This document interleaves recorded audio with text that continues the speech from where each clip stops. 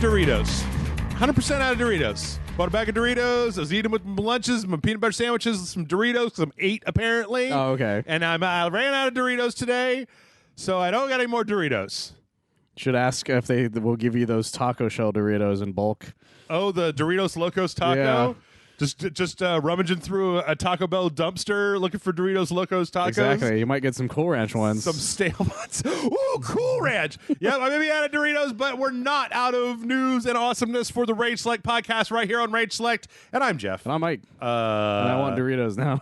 Yeah. I was watching. I love Bon Appetit's YouTube channel, and there was one of their shows where it's like this lady that just tries to remake junk food, and she made Doritos. Oh, okay. And so I was sitting there watching her try to make Doritos for 20 minutes, and I was like, I want a bag of Doritos. Like, I could do that. No, just by buying it. Oh, fuck no. If you ever watch that show, when you get to the end of it, she's like, here's how to make your own Almond Joys. And it's like a 400-step process because yeah, that sounds about right. she's trying to make them as close as humanly possible to like what actually is in the packaging. And some of it's like, oh, we're going to make snowballs, but we're going to like toast our own coconut to put on the outside, and then get out your air spray gun, your paint gun, and fill it with like this pink to make it look like the pink on the outside of a snowball. And I'm like, geez. lady, I don't need to do all this. I can just go to the store and buy some snowballs. Like, I'm sure it tastes better. It's good for the apocalypse, though, so we know how to make fucking Twinkies as soon as they go everywhere. Like, yeah, it's just we just have to still have YouTube up. But, yeah, I guess that's true. Yeah, Somebody's written them down somewhere. the recipe for snowballs. Exactly. Yeah, the latest one on there. They had this one where they tried to make a perfect pizza that was interesting. Where everybody in that test kitchen split up into teams. One did dough, one did like how to make cheese, one did like how to make the right sauce. But there was one. I swear to God, it's like the internet is reading my mind. Where it was like they have a guy on there who is a. Do you know what a super taster is? I think a lot of people don't know this. Yeah, no. There are these people in the world that are called, excuse me, Rage Select Podcast, but you all need to know about this. There are people in the world that are called super tasters that basically taste food like way stronger than any of the rest of us taste food. And it's like 1 out of 1,000 people who's a super taster, and it's generally limited to like certain types of acidic and stuff, but it's just way higher when they taste it. And they have this one guy in their test kitchen that is a super taster. And he always like in the Doritos episode, I'm pretty sure he was like tasting the dust that she was going to put on the Doritos, and he was like smelling it and tasting it, and he was like, I think it's got a little bit more of like this flavor in it. And they had an episode where they made him blindfold, like handle, and he could eat it, he could smell it, he could do whatever, but he couldn't look at it. Gordon Ramsay's beef Wellington, and then he had to try to recreate it with not looking at it. He could smell it, he could taste it, he could pull it apart and feel it, right? But he couldn't look at it, and then he had to try to recreate it from scratch. Fascinating. I'm fascinated. That does sound kind of amazing. So anyway, that's what I've been doing, is eating Doritos and then watching channels about Doritos on the YouTube. Sounds about right, yeah. Have you been up to anything interesting recently? I watched Godzilla. Yeah. What do you get? Thumbs up, thumbs down? I give it a lot of thumbs up. Yeah? I loved it. 1 atomic blast out of 1? I think it's amazing. Okay. I think it's so much fun. It's a fun blockbuster movie. It's not the best Godzilla film. Okay. If you had to actually like what is the best Godzilla? The Matthew Broderick one, obviously, right? Yeah, of course. No, yeah, there's a lot of like Matt's favorite is like GMK, which is the Godzilla, Mothra, King Ghidorah, All Monsters Attack, I think is the name of it. Okay. But that one has like this really heartfelt like World War II message kind of thing. Like, but this one is like, I would say it's closer to Godzilla versus King Ghidorah, which is one of my favorite movies. Okay. Because that movie is batshit insane. But this one, the issue with this movie is that like it's the only issue if you care about the human characters is that the human characters are kind of like the plot for the human characters is almost barely an outline sometimes. But if you don't give a fuck about those people, it's like the greatest thing ever. If I wanted to watch a show about people, I'd watch, I don't know, like Barry or Chernobyl, or those are good shows, by the way. Like that Renee Zellweger Netflix show where she's like a sexy bitch or something. I don't know what's going on. I don't know with what's that going show. on with that. But yeah, there's like it's a ton of monster fighting. Okay, like a ton of it. That sounds like a Jeff movie right there. And it's so much fun. Like it uses a lot of the original themes from the old Japanese movies. Okay, so it's like the original Godzilla theme, the original Mothra from the Mothra movies. Do they use that? What was that '90s hip hop guy that used the dun dun dun dun? Oh no, from Godzilla, like in the I background. remember. Yeah, I think the first time I ever heard that was in fucking Charlie's Angels 2. If I remember Charlie's correctly. Angels Full Throttle? Yeah, it's in that cinematic movie. masterpiece. It's like fucking what's his name? Sam Rockwell's dancing to it, I think, if I remember correctly. No, they don't do that, but they remake the theme song from the '98 movie that it's used in the credits of the movie, which I was like, what the fuck? Okay. And it was good, amazingly enough. But no, yeah, I think the movie's great, to be honest. Like Matt was lukewarm on it only because he cares about both sides, human and monster side. Whereas, I don't give a fuck about humans. Yeah, whereas I'm like, you know what? I do care about that, but the monster side is like way more important to me. Yes, well, And they pulled that off like beautifully. The first guy, the other one with Bryan Cranston was in my opinion, a perfect example of why I don't give a shit about people. I'm like, dude, the movie's called Godzilla.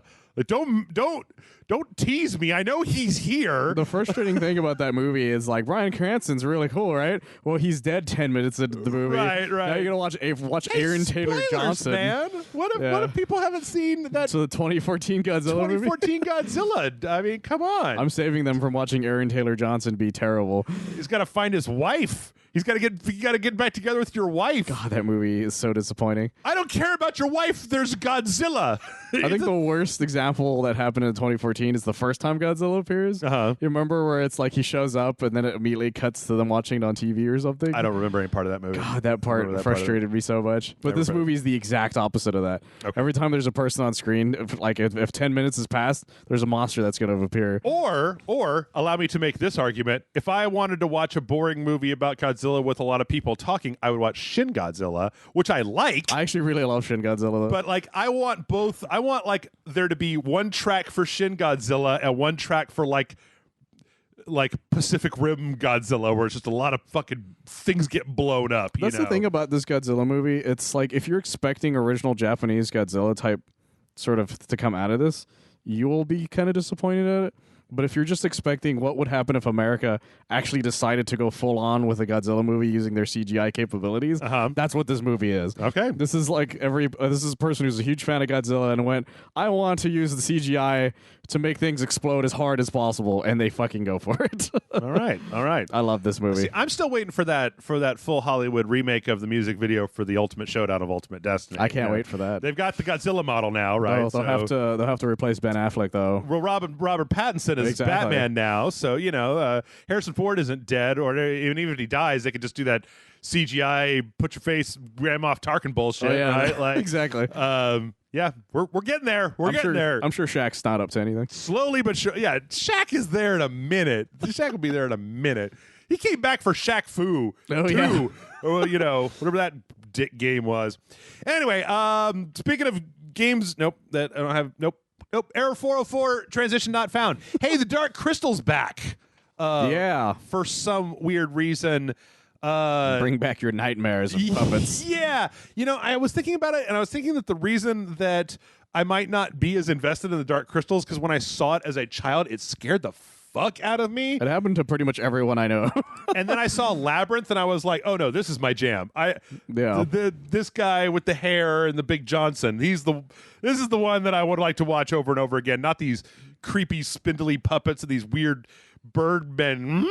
See, Dark Crystal is one of those like cult classic ones. Yeah. Even more so than Labyrinth was, because Labyrinth is made fun of to death, whereas Dark Crystal is like, it's just people, every time somebody brings it up, they're like, oh God, they just shiver randomly. Yeah, it was horrifying. But I don't know. I mean, this looks like they're doing like it. I can't believe Netflix would make a puppet movie and not call Jeff from Rage Select. I mean, look at my I didn't have to be the puppet. In Sniper Elite 2, my puppet had a puppet. I've got puppetception going on in here. I'm actually really excited about this, to be honest, like, because it looks like they're actually really going for it. Yeah, it looks a lot. I mean, it looks like the original Dark Crystal. Like it looks like it would have been a shame if they had been like, oh, it's all CGI now, or like it's an animated yeah, it's like show. a 3D movie or something. Yeah, and it looks like there's some CGI augmentation with the puppets in there, which is good, because in the original, when you saw too much of the Gelflings and you're just like, oh God, no, they're so spindly. Why are they so spindly? But yeah, it looks pretty good. Also, directed by the guy that made the Transporter, which is fucking crazy to me. Transporter, y'all. Jason Statham's gonna pop out and roundhouse kick somebody, shirtless, covered in oil. That's when they have to get out of the Skeksis lab, and it's just like this Jason Statham outside. He's like, "There's always supposed to be for you." I can't. That was a horrible. It was God, not great, but it was better than I could have attempted. Anyway, this is coming out. What was that say? August? Yes, I think is what it said. Looks pretty good. Like I'm willing to check it out. I mean, the thing about Netflix, right, is that they put out all this horse shit. Again, I'm gonna keep drilling this home, Michael, for the rest of my career on the internet. You don't have to watch it. No, you don't. And you can watch one episode and stop watching it. I watched 3 episodes of that Tuca and Birdie spinoff show, and I was like, I don't think Tuca and Birdie's for me. I think. Yeah, my roommate watched the whole thing. I haven't even touched it yet, actually. Which surprises me, since you're such a big BoJack. Well, it's not the same world or anything. Like they outright said, it's not the same world. It's a separate thing entirely. It's animal people animated doing stuff. It's worked on by a lot of the same people, but they outright were like, it's not connected to BoJack in any way. And I'm like, oh, well, I still want to see it, but I just forgot it existed. Yeah. Until my roommate was like, yeah, I saw the whole thing. I was like, oh, I'll get to it, and I just never did. Speaking of things that you forgot existed, guess what? There's going to be a new fucking Rambo movie because the return of John Rambo. Because Sylvester Stallone just wants to keep making movies, apparently. But you remember when Rambo had a cowboy hat? That's the thing you were excited about, right? No. There was no part of me that, like, the moment the Old Town Road started up, and I'm like, what? Wait, what? Oh, yeah. Why? What? Who? I mean, like, what? But who? I don't really know what this movie's about still. Every time I watch this trailer. You remember when Rambo was like a Vietnam vet that had PTSD and couldn't find a place in the world? And then in the second one, he went to go rescue his friend.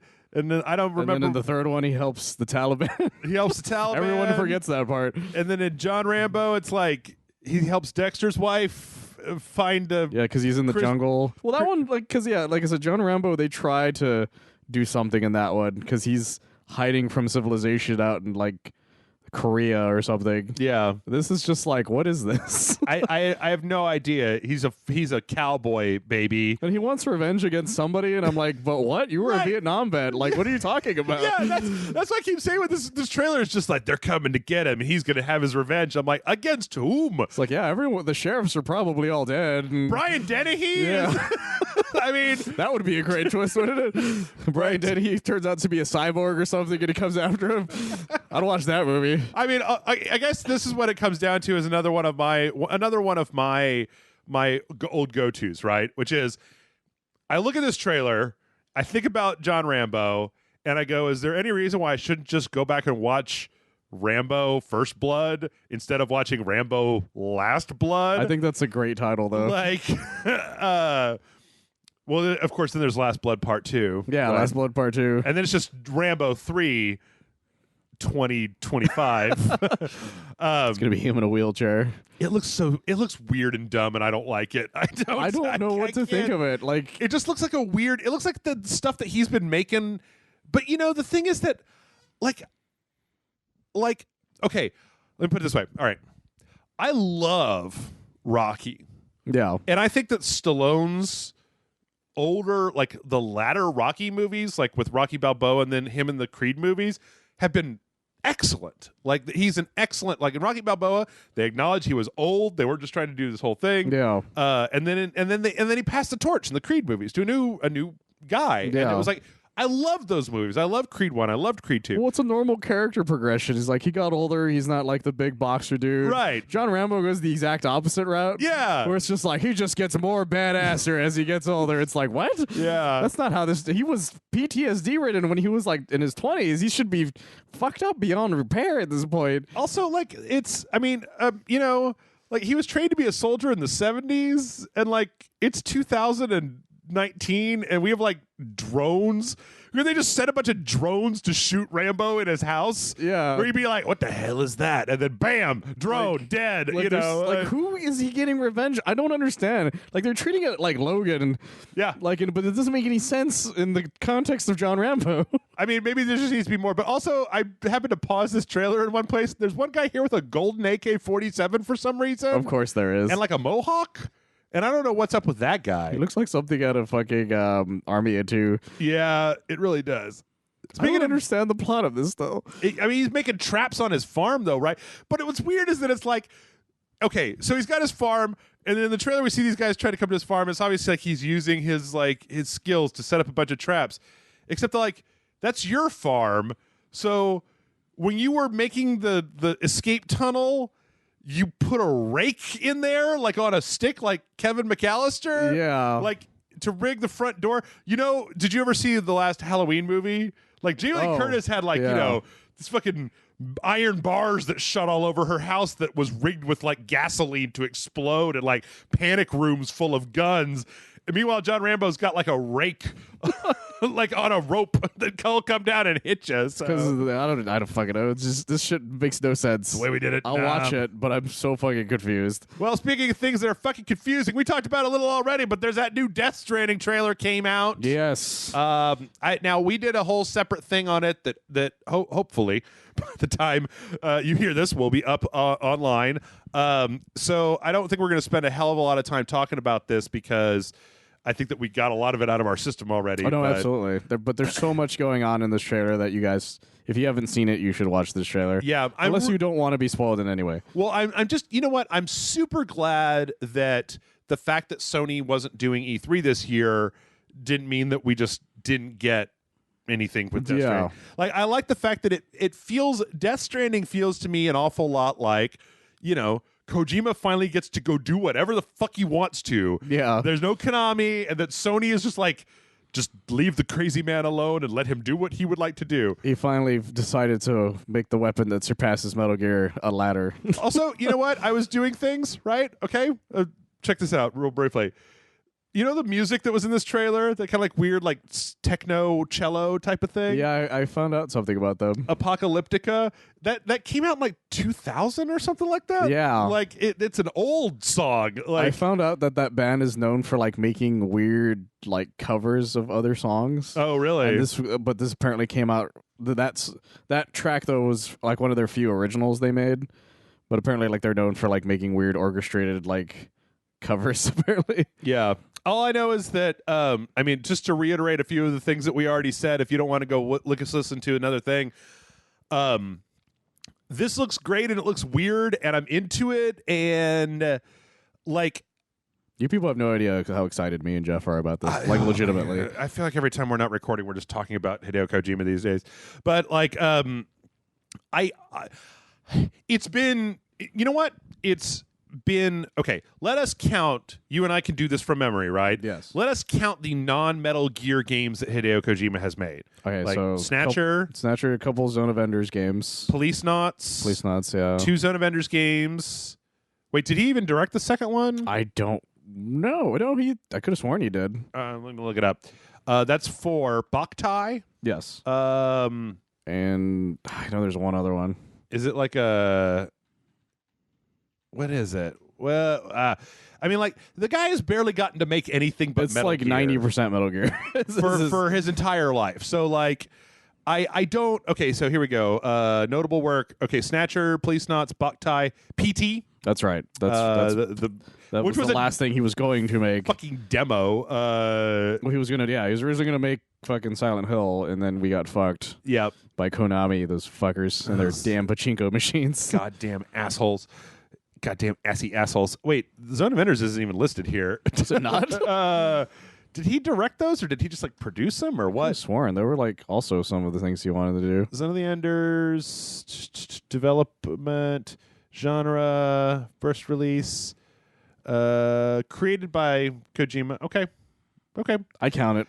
Anyway, yeah. In any case, all I gotta say is that, like, in my opinion, Hideo Kojima has earned the right to do whatever the fuck with however much money you want. Like, this guy has been making games, and not just the same game, but like I ask you, listener, to tell me another director, right? Another like auteur in the video game industry who has made, like, because the thing is that Metal Gear changes, right? Yeah. Is it Solid 1 and Solid 2 don't play the same way, and Solid 3 is like completely different. Solid 4 is totally different from that, and then 5 is a completely different game. Peace They're all Walker, completely different from each other. they're so different from each other, and the fact that he got that much, like, you know, we started getting like base management stuff and like the whole capturing Pokemon Like, it's soldiers. insane how much he just keeps building on top of every Metal Gear game he did. Yeah. Like, from the beginning all the way to, like, 5. Yeah. And this just seems like a lot of that stuff he took, he's using it here, and I'm just really fucking excited. I just want to see. I want to see what it is. And as we said in our own analysis, like in this trailer, we see like a lot more, menus, combat. We see briefly we see some actual gunplay. We see some melee combat. We see a lot of kind of traversal elements. There's a lot of cool stuff going on in this trailer. Yeah, there's a lot. If you're used to watching, like I am, and I don't know about you, but if you're used to watching Hideo Kojima trailers one frame at a time and trying to infer whatever you can from them, then like there's a lot going on in here for you to look at. Also, it's Hideo Kojima, so you could just be wrong about everything. You don't know anything, Jon Snow. Raiden's going to appear midway through this fucking 10 minutes in. Mm-hmm. Norman Reedus is going to die, and it's just going to be Raiden the whole time. Holy shit. It was Raiden the whole time. You play as Die Hard Man or Hard Man or Cut Man. Cut Man. Yeah. In any case, like just the top down, let's just say, graphically, it looks amazing. Oh no, absolutely. Gameplay wise, it looks fascinating. I cannot tell what the hell is happening in the story, and that just makes me want it even more. I just want to know what's going on. It's impossible to be spoiled by Kojima in story wise. It's literally impossible. Yeah, I was telling John. Remember the big fire whale? Like, you remember how much that had to do with the plot of Metal Gear Solid 5? It had nothing to do with anything. Nothing to do with it. Literally never comes back. Nothing to do with the plot of Metal Gear Solid 5. So, if like Michael and myself, you are hyped. The other thing that we found out last week, we got a release date, November 8th. So we're all going to be able to play.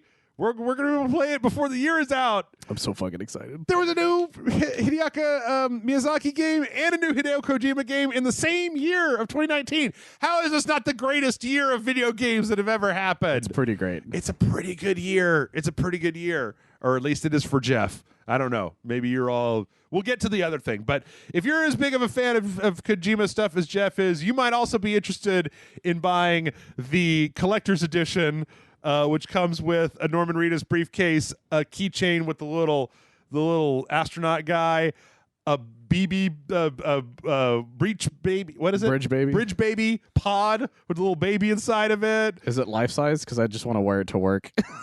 I believe it is life sized. I kind of want that real bad.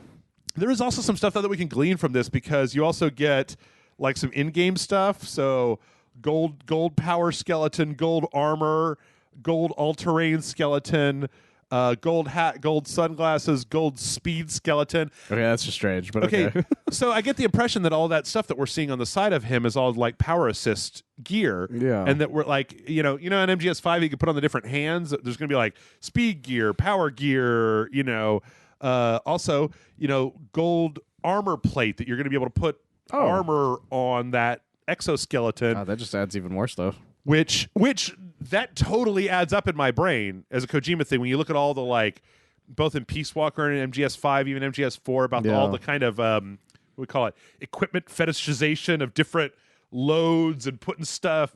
Yeah. What armor's on your horse? That shit. How many attachments are on your sniper rifle? I'm so excited. Is there a dog?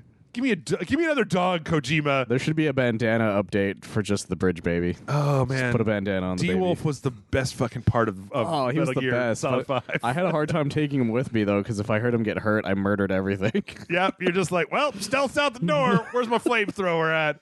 You motherfuckers touched my dog. Yeah, it was hard to be stealthy because of the dog. Yep. In any case, God, now I kind of want to play Metal Gear Solid 5. That's weird. It was good. That's weird. I'm just like, God, what a fucking weirdo I am. I want to play a video game. It's been a long time. So anyway, Death Stranding, it's coming out. I think you and I are more excited than anything. I'm so fucking excited. I'm gonna just say things. John and I were talking about it before we recorded a little something earlier today for Patreon.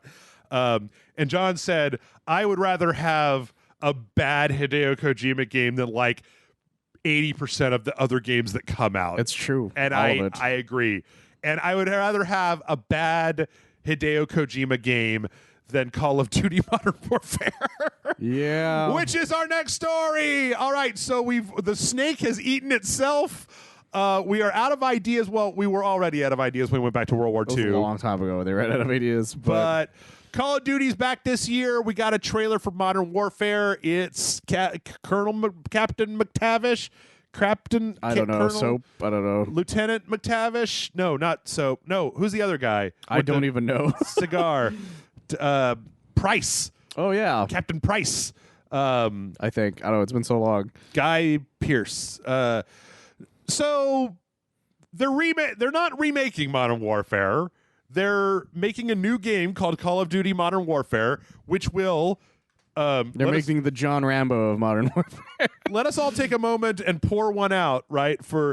We can start counting down, Michael. No, actually, no. It's already done. So at this point, take your beer, pour a little out on the ground for the days when we could say Modern Warfare and everybody knew what we were talking about. Oh, yeah. Because now there are two games named Modern Warfare, one which was released twice, Call of Duty 4 Modern Warfare, Call of Duty 4 Modern Warfare Remastered, and now Call of Duty Modern Warfare.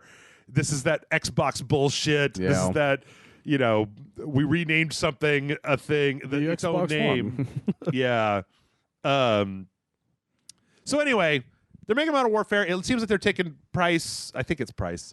And they're making a new storyline, a new set of missions, like kind of based on the characters and the tone of like Call of Duty Modern Warfare.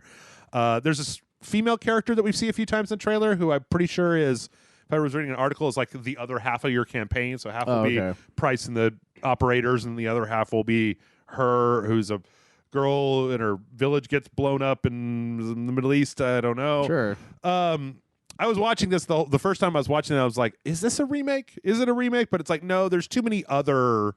Yeah, it's definitely not a remake. There's too many other things that I would recognize them if they were remaking Modern Warfare. My issue is that like there's so many generic shooters of like breaking into things and shooting things that it just looks like all those to me. Okay, let me ask you a question. I'm not trying to put you on the spot or anything, but such as. Well, the Ubisoft games, like we just watched the trailer for, what was it? The one with John Barenthal. Ghost Recon, Yeah, Breakpoint. Yeah, the Ghost Recon games, like recently, were very much about like that sort of thing, as well as like it's like every shooter that isn't Call of Duty is trying to get the Modern Warfare thing going, since Call of Duty isn't doing that. Yeah, and so and I guess Battlefield isn't doing that as well, and so like all the more generic shooters are those now. Yeah. And so it just feels like it's going back to generic shooter now, because that's the new generic shooter. Right. Because the generic shooter in the past used to be World War I, World War II. Right. And then we all got burned out on that. Yeah, and now it's this. And they did Modern Warfare until we got all burned out on that. So all it is now we've gone full circle to we had World War II 2 years ago, and now we're back to Modern Warfare. Yeah. So I don't know. It's just like I just don't care anymore about shooters like this. So the thing is that Modern Warfare, Call of Duty 4 Modern Warfare. Yeah. Fuck, it started already. It's motherfucking started already. So it begins. Call of Duty 4 Modern Warfare is one of my favorite first-person shooters of all time. Like it was revolutionary when it came out. But like I love the story of it. Like just the story of it was like tight and it was good. And There's a lot of memorable moments in that story. There's the whole Chernobyl level. Yeah, the ghillie suit, the fucking tank, all ghillied up, and fucking right next to you, and we're going over you. This shit's crazy as fuck. Yep. And then, I mean, even the stuff like at the very beginning on the tanker, where the tanker goes, and then there's the nuke in the whatever unnamed Middle Eastern country. Like, I remember when the original Modern Warfare was first announced, and I was like, that's bad shit insane that they're going to do this like modern fucking shooter instead of this World War II or sci-fi shooter, like because Halo was really big at the time. Yeah. And so it was crazy to me at the time, but now they kind of have outdone themselves and how many times it's happened. See, I guess the thing that here's what I come down to. I don't play Modern Warfare for the multiplayer. I really don't. I mean, or Call of Duty. I don't play Call of Duty for the multiplayer. I really don't, which is why Black Ops 4 was kind of, whatever.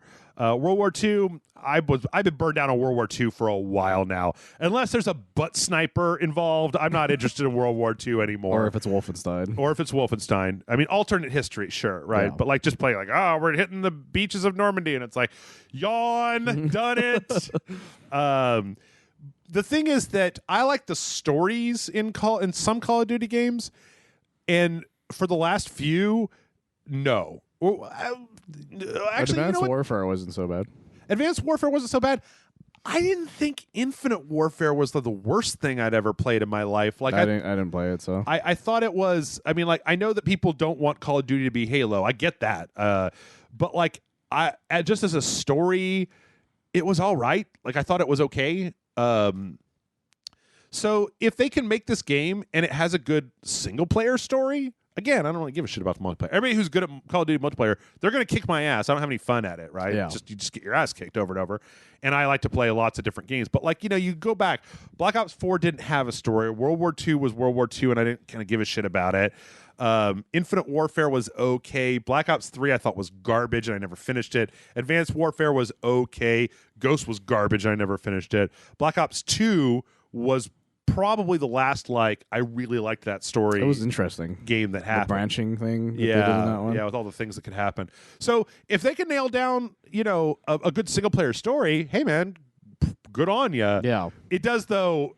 It feels like what happened was that they made World War II games, and then Weston Zampella made Modern Warfare, and they kept trying to make Modern War games, and then when that didn't work, they started making futuristic, and nobody liked any of them. Yeah. And they went back to World War II, and then they went back to the future, and then we got to go back, Marty, to advanced to Modern Warfare. It's the only way. Yeah. So I don't know. I mean, there's some stuff in here. It seems like there's going to be co-op again, I guess, in the single player. Sure. I don't think there's going to be a zombies mode in this one. Graphically, it always looks very nice. Oh no, absolutely. It I always mean- looks really nice. It's just that everybody is trying to get the piece of this sort of modern fighting sort of thing. Yeah. Like everybody. Yeah. I don't know if it's done well, great. But again, we're going to come back to the John Rambo question of, like, if it's not as good as or better than Call of Duty 4 Modern Warfare, why would I just play that? Yeah. Like there's the Spectre mission, right? Oh, yeah. Where you're like shooting down and stuff. There's so much cool shit. so in that many fucking, good, cool in things. Modern that, Warfare 4. you get into the end of Modern Warfare, that very end when you're in that Jeep chase and he slides the Gundy at the very end, and you're just bang, and it's like, I forgot how exciting that game was. There's that part where you hole up in that farmhouse, and it's just like waves of guys coming. Oh, dude, at that ya. part was fucking tense. It's a good game, and it's only like 5 hours long. It's like I love that game, but. So I hope that they live up to that. I guess that's all I'm saying. I'm hoping to. I'm not going to say like boo, no, but on the other hand, I don't want this to be a Rob Zombie Halloween situation. exactly. So, and you know what? But hey, if you, I'm not really into the multiplayer, but if you're into the multiplayer, apparently one of the other interesting things about this is that for the first time we're going to have cross-play. Huh. So people on the PC can play console players. It just seems like console players are going to get fucked in that equation, right? I don't know. per se on that I mean, one. like, I honestly don't know, but when I play a game on the PC, like when you and I played, what was that, Portal FPS? I almost said Dauntless, but that was the other one. No, it was Portal, Halo, Majig. Yeah. I can't remember. Halo with portals. And I felt like when you were playing with the controller, you were having a really hard I time got fucked. because everybody had this like pinpoint accuracy mouse, attacks. So I don't know. Maybe it's like, you can play people on the PC, but only if they're also using a controller. I don't know. Like, maybe there's like an opt out. Hopefully, Or maybe it's not a thing. Maybe I'm overreacting, and people with controllers are just as good as people with mice, and I'm out of the loop because I'm not a competitive my player. coworkers had a long hour argument over our work chat about this exact thing actually. Yeah. And I don't really know what to say at this point, even after hearing that long rant with the two of them. So As somebody who's played with both, I mean, like, I have more fun with a controller. I just like controllers because it's one compact control surface as opposed to the big keyboard, mouse, and all that stuff. But I will say that, back in the day, I used to play Counter-Strike like crazy, like back when it was in beta, that far back. And like, I don't think that even today I could replicate the precision that I had with aiming and shooting with a mouse and a keyboard with a controller. But it's nigh impossible. Who or can not say? nigh impossible. It's doable, just really hard. Yep. So we'll probably find out a little bit more about Modern Warfare at E3, which is good because we have a buttload of E3 things. Yes. There were some E3 like listings for events and things that happened that have busted open some you know what? We're like 2 weeks away from E3, right? Yeah. So now is we are in prime leak season, where all of the things that they're supposed to show off, we know about them ahead of time because we want to eat too much candy so that we can't finish our dinner and find all our Christmas presents before Christmas. Exactly. Right? That's what we want to do. We do it all the time. Yep. Now this one wasn't exactly a spoily spoil, but we're finally going to be seeing that Avengers game. Yes, finally. It's called what? Marvel's Avengers? I think so. But Square Enix at their conference is going to have that Avengers game that Crystal Dynamics has been working on for 3 years, 4 years? It's been a while. They announced it ages ago, and yeah, I kept making gags. I'm like, does it have Gex the Gecko? I'll play it. Have Gex the Gecko. Is he an X-Man? Is he an Avenger? He's in a West Coast Avenger, Exactly. right? Yeah. Absolutely. So that's something that we could definitely be looking forward to, which is good because, you know, I just want to see what it's like. I've only been yelling and screaming and making people turn the podcast off for 5 years trying to get some fucking Marvel game to get made to tie in with this huge cinematic universe. But oh no. Yeah, the Lego one was on sale, and I was looking at my roommate. I'm like, the fact that this is the only fucking Avengers MCU anything out right now is frustrating as hell.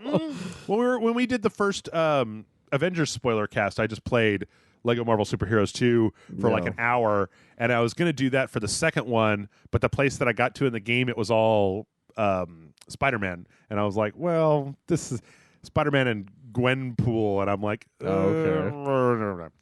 So we found that out. We also found out a little bit more information about the actual Avengers game based on this is a lot of this is coming out of the E3 Expo panel listing. Oh, okay. So this is off a Game 4 article. It says the new Avengers game will feature single player as well as 4-player co-op. All the heroes will be customizable, and everyone on the team will have the ability to combine powers with one another. Finally, the world will slowly change over time.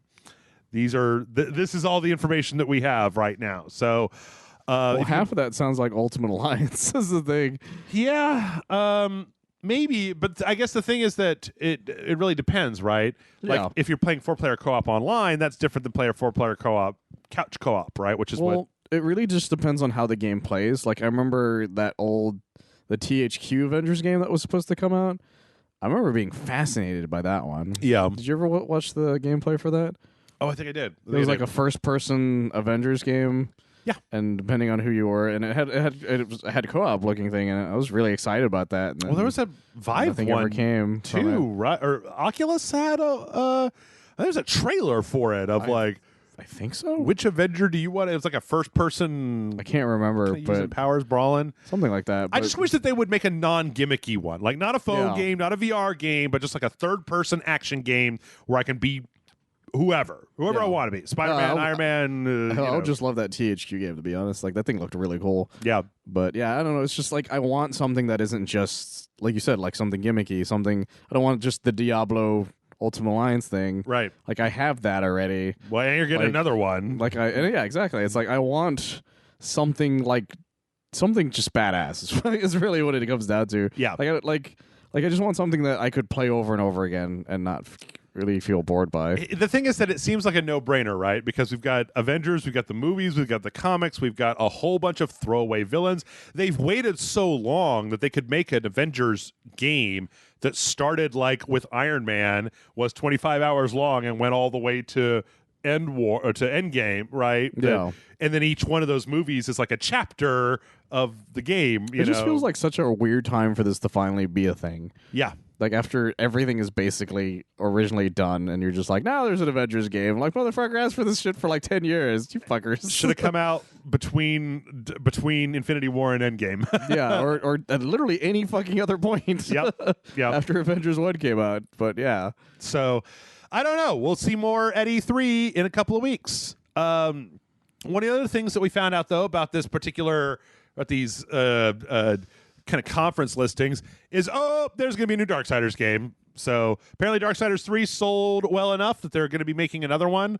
I'm okay with this. Yep. There's a quote here. This panel will coincide with our E3 2019 unveil of a brand new Darksiders game that takes the franchise in a fresh direction. This is a panel discussion about the art and blah, blah, blah, blah, blah. Corporate. So given that this is the game about the people with guns, this is, it's like what Fury and then Wrath, I guess is what because they're all the horsemen of the apocalypse. Well, yeah, but they're not. They changed Famine and Pestilence to like it's Fury and like Rage or something like that. Well, because it's like Wrath. War, Death, Fury. I guess was the last one. Yeah, or a recent one. So I don't know what the fourth one was. But the other guy has guns. Yeah, I think it's Wrath, right? I think so. I'm wondering if I've wanted for a long time for them to make it a first-person shooter. Like that would be interesting because each one's like slightly different from the other. Mm-hmm. They're like different genres of games. Like I think the first one's more Zelda. I think the second one's more like God of War. Third one's more Soulsy. And then if they make the fourth one a first-person shooter, that shit would be amazing if they did that. Yep. And then they have to make a fifth one, right, where they tie it all together. I would hope so. Back to the end of the first one. So. Go Back to the Future. Yep. Let's see. Also, something that we've been thinking about for a while, but was announced pre-E3, Microsoft has come out and said that they are putting the Game Pass on the PC. Yes. So the Xbox Game Pass, where you pay like $8, $9 a month or whatever. It's like 10 or something like that. It's super affordable. And you get access to this big library of Xbox One stuff. Well, they're also going to basically have a version of that for the PC. It's a good value, right? Like, I think it's a great idea. I got Void Bastards this week for free because I'm signed up with the Game Pass. It's not like $10 out of your wallet is not so heinous that you were going to be like, damn it, my last $10, right? Like, yeah, you're not going to be like upset over $10. Like people spend more on that on like Netflix and stuff. So yeah, and that's not even a game system thing. And the fact that when you spend that $10, you get all of their first party, you get all of Sea of Thieves, Gears of War, Halo, Master Chief Collection, Void Bastards, that Operencia game that you and I played for Patreon. Yeah, because in a game world, that's crazy as shit. Yeah, because with Netflix, it's just like, well, movies are like $20 kind of thing, right? Whereas with games, like $60 is the max amount for some of these, and they add these first party games from like the get go for some of that, and that's crazy as shit from the minute they come out. So I don't know. It'll be interesting. It's interesting to kind of watch the gaming industry slowly kind of shift more in a digital subscription direction from, physical hard copies. Yeah. Which I feel like it's happening just very slowly, a little bit at a time. So, let's see. Also, if you still give a shit about EA, we find out what EA is going to be doing at E3 this year. Hooray. Have you looked at this, Michael? I've not. Oh, it's bad. Okay. Is it just Dance for 4 hours? No, that's Ubisoft. Oh, wait. Oh, yeah, that's right. Yeah. Is it just Madden for 4 hours then? Okay. So Oh, is that a yes? you know when EA has their press conference and it's terrible? Yeah. Every year at E3 where they have the press conference and we're all just like, and they'll show you like one game that you're interested in, and then it's like Madden for 3/4 of it. Yeah. And then like here's some NHL, and then here's Battlefield, and we're done. We're talking about FIFA. We're talking about FIFA for quite a while. Or you'd be like, oh man, can you guys the esports of Madden and look, man, you like Madden? Good on you. I don't like Madden. Yeah, so when that comes on, I'm just like, I don't care. I don't care. So here it is, E3 2019.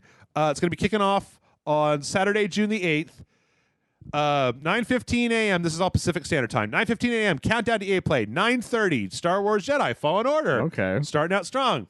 10 o'clock Apex Legends.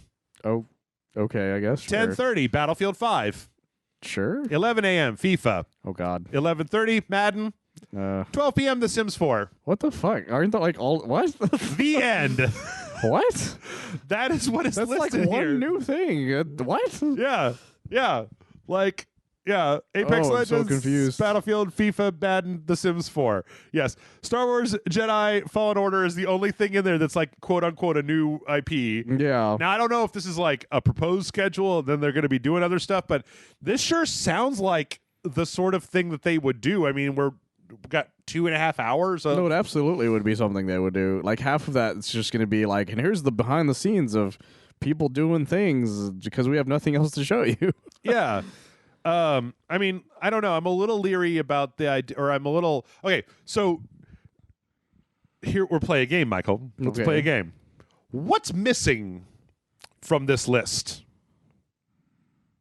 Oh. Starts with an A, ends with an Anthem. Yeah. Like... There's nothing Anthem related. No. Like, period. Nope. I literally had forgot about Anthem until you'd said that. Oh my god, those poor bastards.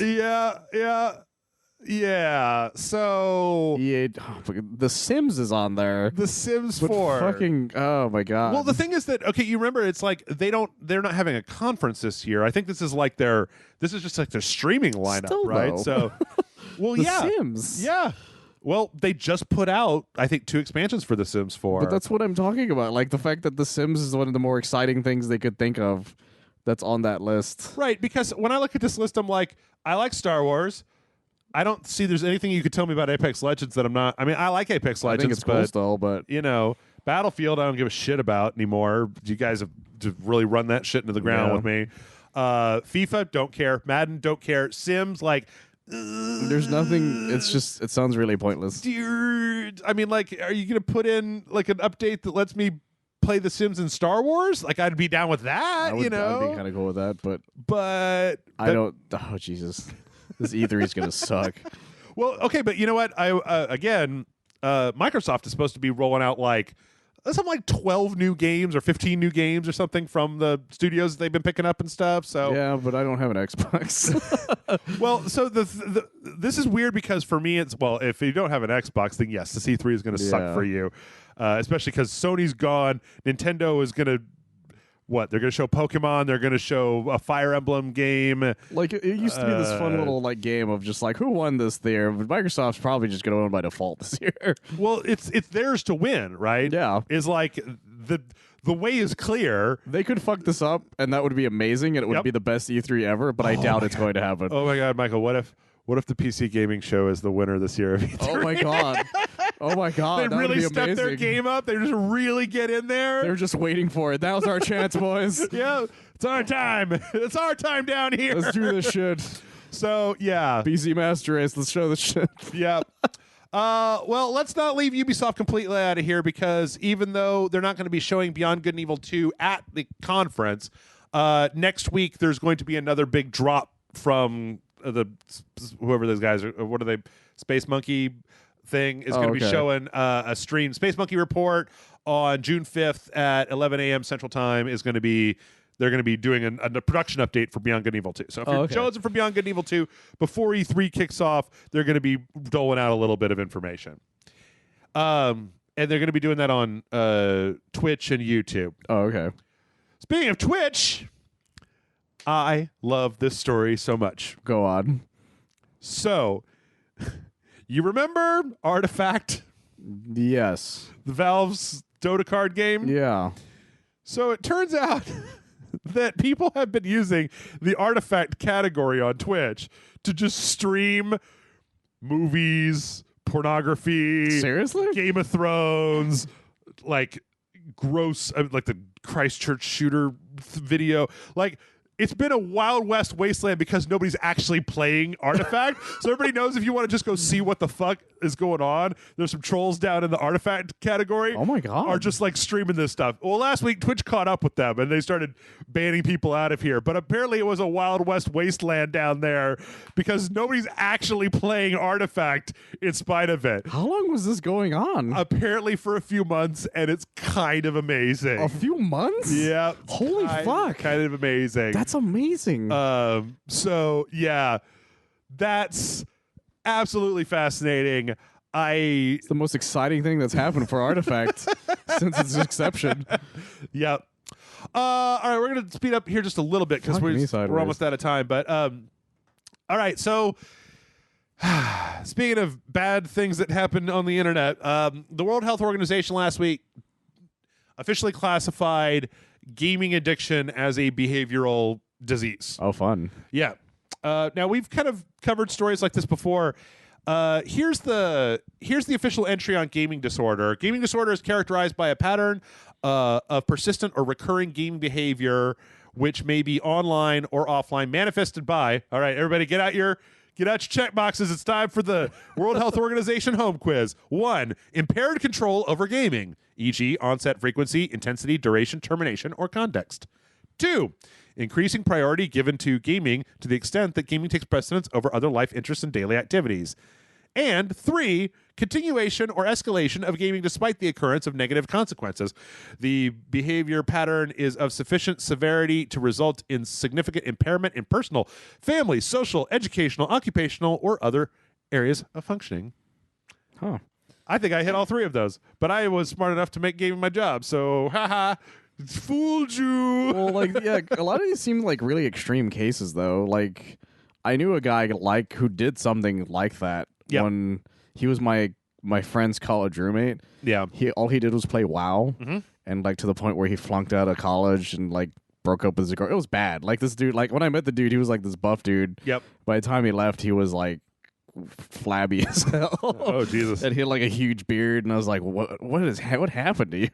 It's like the South Park episode on It was WoW. very like that, yeah, actually, except really depressing. Yeah. Well, so the thing is that I think in the past that I have been very quick to kind of poo-poo this stuff, but somebody wrote in after one of the podcasts and basically told me, like, they were like, I'm a teacher and I've seen my students like just unable to stop playing like Fortnite on their phones, like, and they'll just ignore everything. And the thing that I had to think about is, it's a tendency that we all have as human beings, where I'm just like, well, I grew up with video games and I'm fine. And it's like, yeah, but you grew up like arcade games were self-limiting because I didn't have enough money to just keep playing them. Yeah, and like somebody had to take me to the arcade. And like I grew up in the Super Nintendo era, and I couldn't take it with me. Right, and Game Boy batteries only lasted so long. Not very long at all. And the Game Boy was big enough that, like, Game Boy was a separate thing, right? Everybody has a phone. Yeah. So, the difference between I'm on my phone doing, I don't know, looking at Imager, and I'm on my phone playing Fortnite, I mean, I guess it's rotated, right? But, like, everybody has the ability to have this thing. And the fact that they've been so designed these days to really hook into your risk-reward, that, Skinner box mechanics. Oh, yeah. And then the fact that it's the children, right? So, like, when I was a kid and I got sent to school, I didn't have a phone. I had my NES at home. But then when I got home, my parents, like, we had two TVs. I didn't have a TV in my room. I had no privacy as a child. And it was like, are you done with your homework? Let me see your completed homework, and I will look at it. Yes, now you can go play video games. But you know what? It's dinner time. Turn the video game off. We're all going to sit at the dinner table like a family. Yeah. Like you had control, not over yourself, but somebody was limitations that were easy to do. Right. The rule in my life was that, like, on the weekends, if I didn't have any homework and my grades were good, that I would be allowed to rent one game and play that game kind of within reason as much as I wanted to. Yeah. But my grades had to be okay, and I couldn't be a crazy person about it. This is different than that. This is what you're talking about. Yeah. Or, like, there's actually a weird story I encourage people to go look into. We don't have time to talk about it. Where India banned PUBG. Like, one city in India, basically, like, people, like, there was people who were just, like, having nervous breakdowns or, like, whatever, and they were literally sending out the police to, like, if they saw you with your phone turned and they walked up and saw you were playing PUBG, they would put you in handcuffs and arrest you. That's amazing. Now, they did that, and then they rolled it back within like a week, right? But like, again, it's kind of weird to arrest. Like, why don't you block PUBG instead of arresting people for playing PUBG? Like, well, the fact that they had to go to those extremes means something was wrong. Yeah, like, is really what it comes down to. And yeah, there are extreme cases of stuff like this, and it's actually much rarer than it sounds. But when you see it, it's like, oh fuck. Yeah. So I don't know. Like, it's not. Like, I hate the idea of stigmatizing games as an illness. On the other hand, game developers are using a lot of psychological trickery that is designed to get past your common sense defenses, normalize the type of behavior they want you to have, and keep you playing the game all the fucking time. Like, so as it goes on, I mean, I think it's maybe worth. Like, I don't think this is a pandemic and that we should be like, shut down the video games, right? Yeah, it's not like teenagers are never going outside ever again because of gaming. Right. And I say because of gaming. But, like, on the other hand, it is worth... as much as last week I was railing against that asshole who I don't like in Missouri or whatever, who put the anti-loot box bill out, who I don't like that guy. I really don't like him. But, like, I do think that it is worth saying... I don't think that I would be allowed if I was a child right now and I have the parents that I have when they were young. I don't think I'd be allowed to have a phone. I don't think they would let me have a cell phone, and I damn sure don't think that they would let me be playing cell phone games. Like, it's a tough world out there right now, though. Yeah, I mean, it's hard for me because I don't like the idea of hijacking someone's sense of what's right and like how much they should be doing a thing. Yeah. That early, like I still had a developed sense of like, for lack of a better term, duty to run my life, right? Yeah. That if I'm sitting around in my own filth and starving to death, then I'm like, well, I should probably stop playing this video game, right? But I don't know. I mean, some of these games are just it would be different to me if I didn't know that they were designed to psychologically get their hooks in you. No, and absolutely. Let go. Yeah. So. All right, let's lighten it up a little bit. Yes. With the Ghostbusters. Let's talk about the most exciting thing that's happened to me in quite some time. Everything at E3 pales in comparison for Michael. Tell them what happened, Michael. Tell them the good news.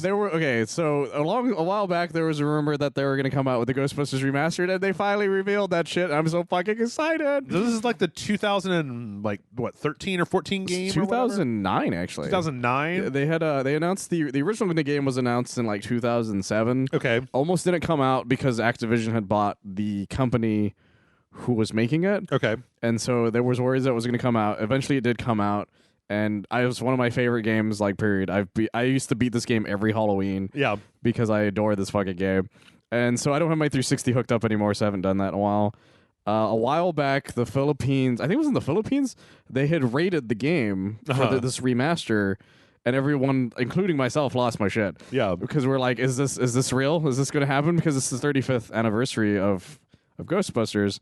And so it just makes sense that they would do it this year. Okay. And I am just so goddamn excited to play this again. Yeah. It's going to come out on PS4, Xbox, Switch, I think PC. Mm-hmm. I kind of want them to also announce they're going to re-release the cartoony-looking version from the PS2. Oh, yeah. That would be kind of cool. I just want all of the versions again, to be honest.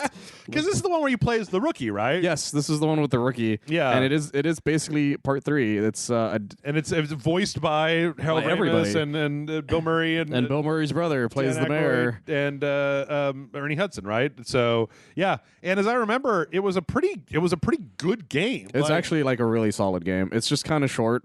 Yeah, really its only issue, but even then, that's not really all that much of an issue, to be honest. Yeah. Like, I adore this game. So they've built on the plots that they've put into this even now with the comics and stuff. Like, it's amazing how much this forwards the story of Ghostbusters and expands on it. And it's coming out this year. Yeah, so. And I can't fucking wait. Which I remember playing this game when it came out, and I will, you and John are a little bit fanatical about this particular video game. I absolutely am. But I will tell everybody listening that, like, it is a fun game that you should play. Like, it's not, you don't have to just be like a Ghostbusters fan. Like, it's a solid third-person shooter. And also the fact that, like, it's, it's well written. It got all the voice talent of all the mains from Ghostbusters. So, like, yeah, it's good. It's good. I'm so fucking excited. We also got a few other trailers. I'm going to skip a few of these because we're running a little bit long. We got a Judgment combat trailer, aka Judge Eyes, aka Project Judge. We got a trailer for the combat system in that game, which apparently is just Yakuza. You're a lawyer. You're beating people up with your lawyer skills. I'm cool with this. Power of attorney. Power of attorney. Yeah, it's got 3 different. It looks like Yakuza, right? Where it's got 3 different styles that you can switch between. It looks like there's a heavier one and a lighter one, and like and then they've got all the kind of zoom in execution moves. I like there's the catching someone's finger with chopsticks. There's one where he's swinging on a swing and he hits a guy with the swing. Like, it just looks like so much fun. Yeah, it just looks like it looks like Yakuza, but with this lawyer guy. And you know what? I'm cool with whatever you guys want to do. I really am. So yeah. Which actually, I was telling Michael that the later Yakuza games, they started kind of integrating all the styles together as to one style instead of having them be separate styles. And I kind of like it better when there's different combats I gotcha. To switch between. But it looks ridiculous, and I can't wait for this game to come out. And it's pretty close, if I'm not mistaken. June 25th, actually, end of next month. Pretty exciting, actually. Yeah. We also got Okay, so I know that last week a lot of people were asking, like, wasn't there a Five Nights at Freddy's VR game? There is. Yeah. It's called Five Nights at Freddy's Help Wanted. It came out last week. I ain't playing it. I tell you what, I'm too much of a scaredy cat to play this game. I don't want them putting those animatronics up in my face and screaming in my face. Like, if somebody wants to come over to my house and play it who's not a scaredy weenie cat, you're more than welcome. I'm tempted, actually. I'm not playing it, though. I'm really tempted. Because it's Five Nights at Freddy's 1, 2, 3, and then some mini games and stuff like that as well. It's like a full $30 or $40 too. So, and I think this is also the first one that isn't Scott Cawthorn. Like, that there's a separate company that made this. Oh, okay. Yeah, that dude churned out like more games in like a 3-year time frame than most franchises ever did. Yep.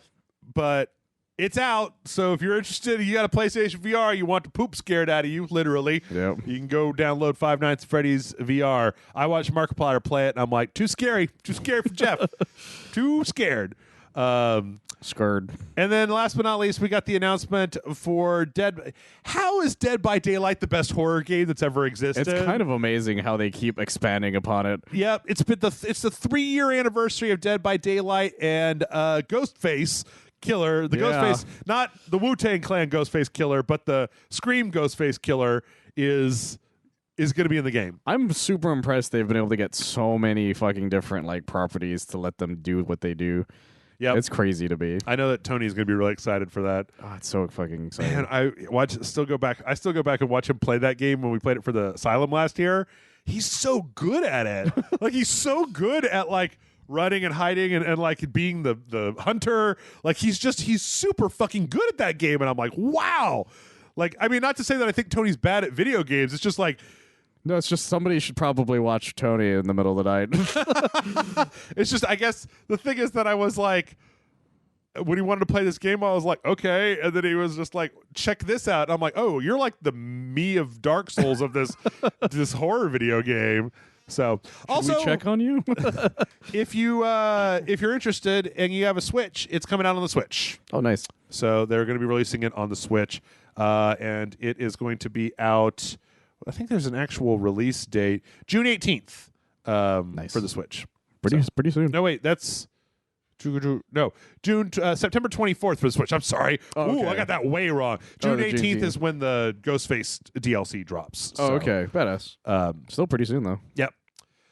Speaking of things that are on the Switch and also on other consoles, Travis Strikes Again. It's coming to PS4 and the PC. So if you were interested in playing the latest Suda 51 crazy weirdo garbage game, that's interesting. But I'm actually kind of happy about that because it just means that they're throwing the net further out to test the waters, I guess, more. Yep. And so I guess it means it did well enough on the Switch that they're like, well, this seems like a good idea. Yep. And so I'm actually pretty excited at the prospect of maybe this working out for us in the long run. Yeah. I mean, they did point out that, at least on the PC version, right, they aren't going to be able to have the same like wiggle, shake the controller to recharge kind of stuff going on.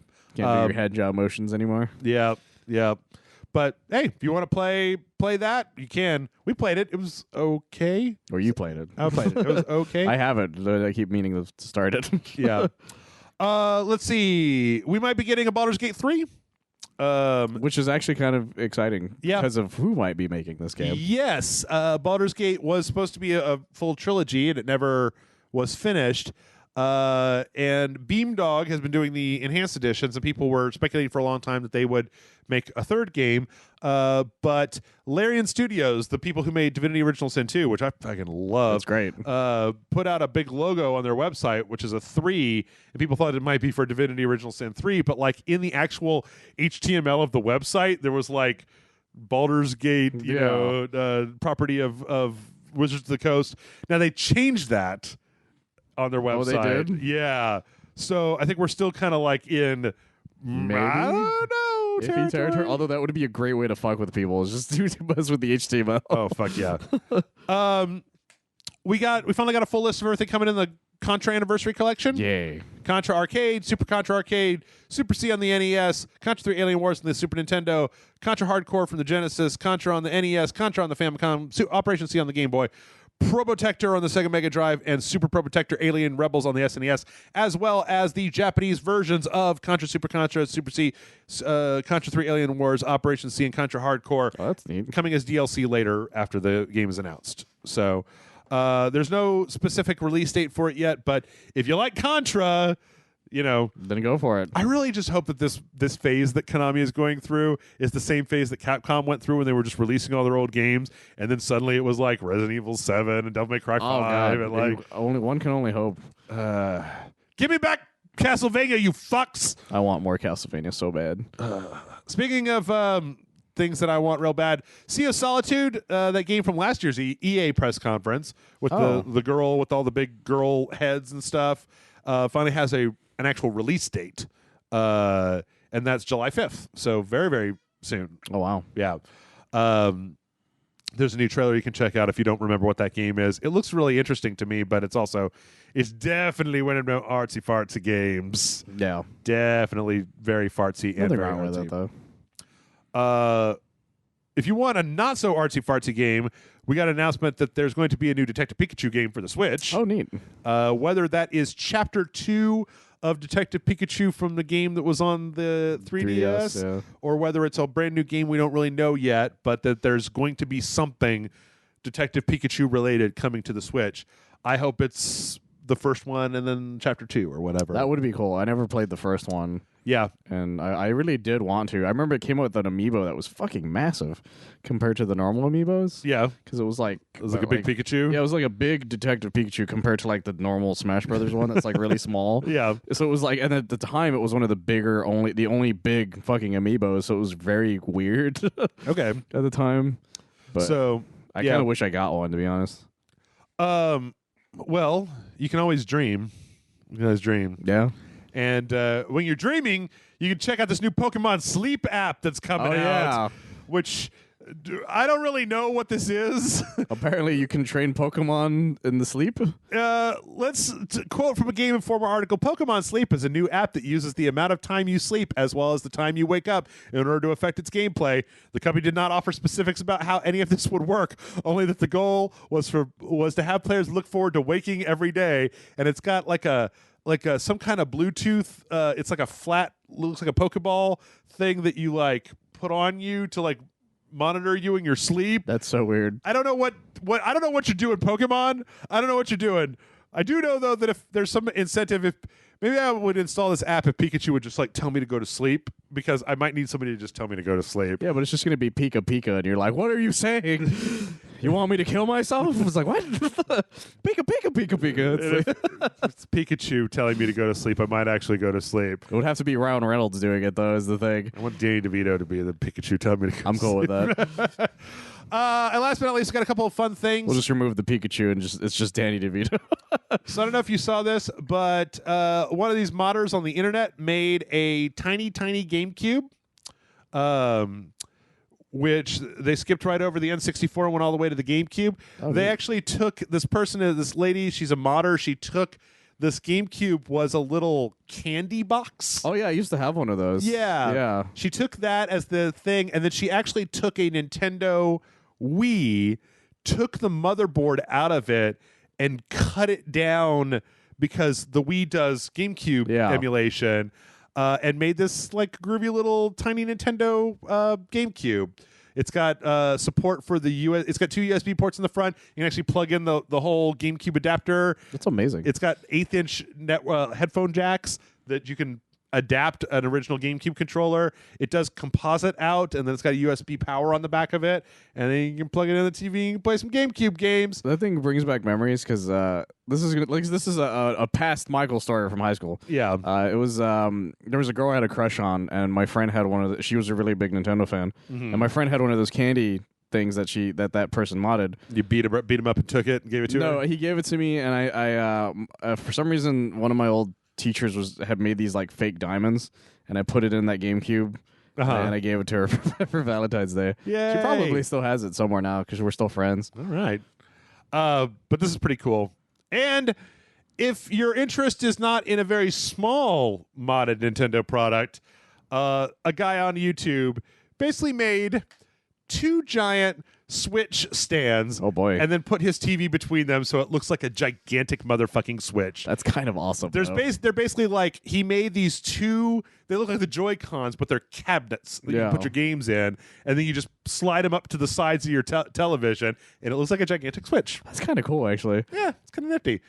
He did a whole tutorial online showing the way that he made it all. They're all made out of wood and lacquered up and stuff like that. But it's kind of a cool effect when you get done. Like, it's not. They're not actually attached. Like, there's no functionality or anything in the buttons. But it's that kind would of be too insane, actually. Yeah, it's kind of a nice like aesthetic statement. So it's really nice. Yep. And with that, we're going to go ahead and take a break. When we come back, we're going to answer questions. So everybody stick around for questions.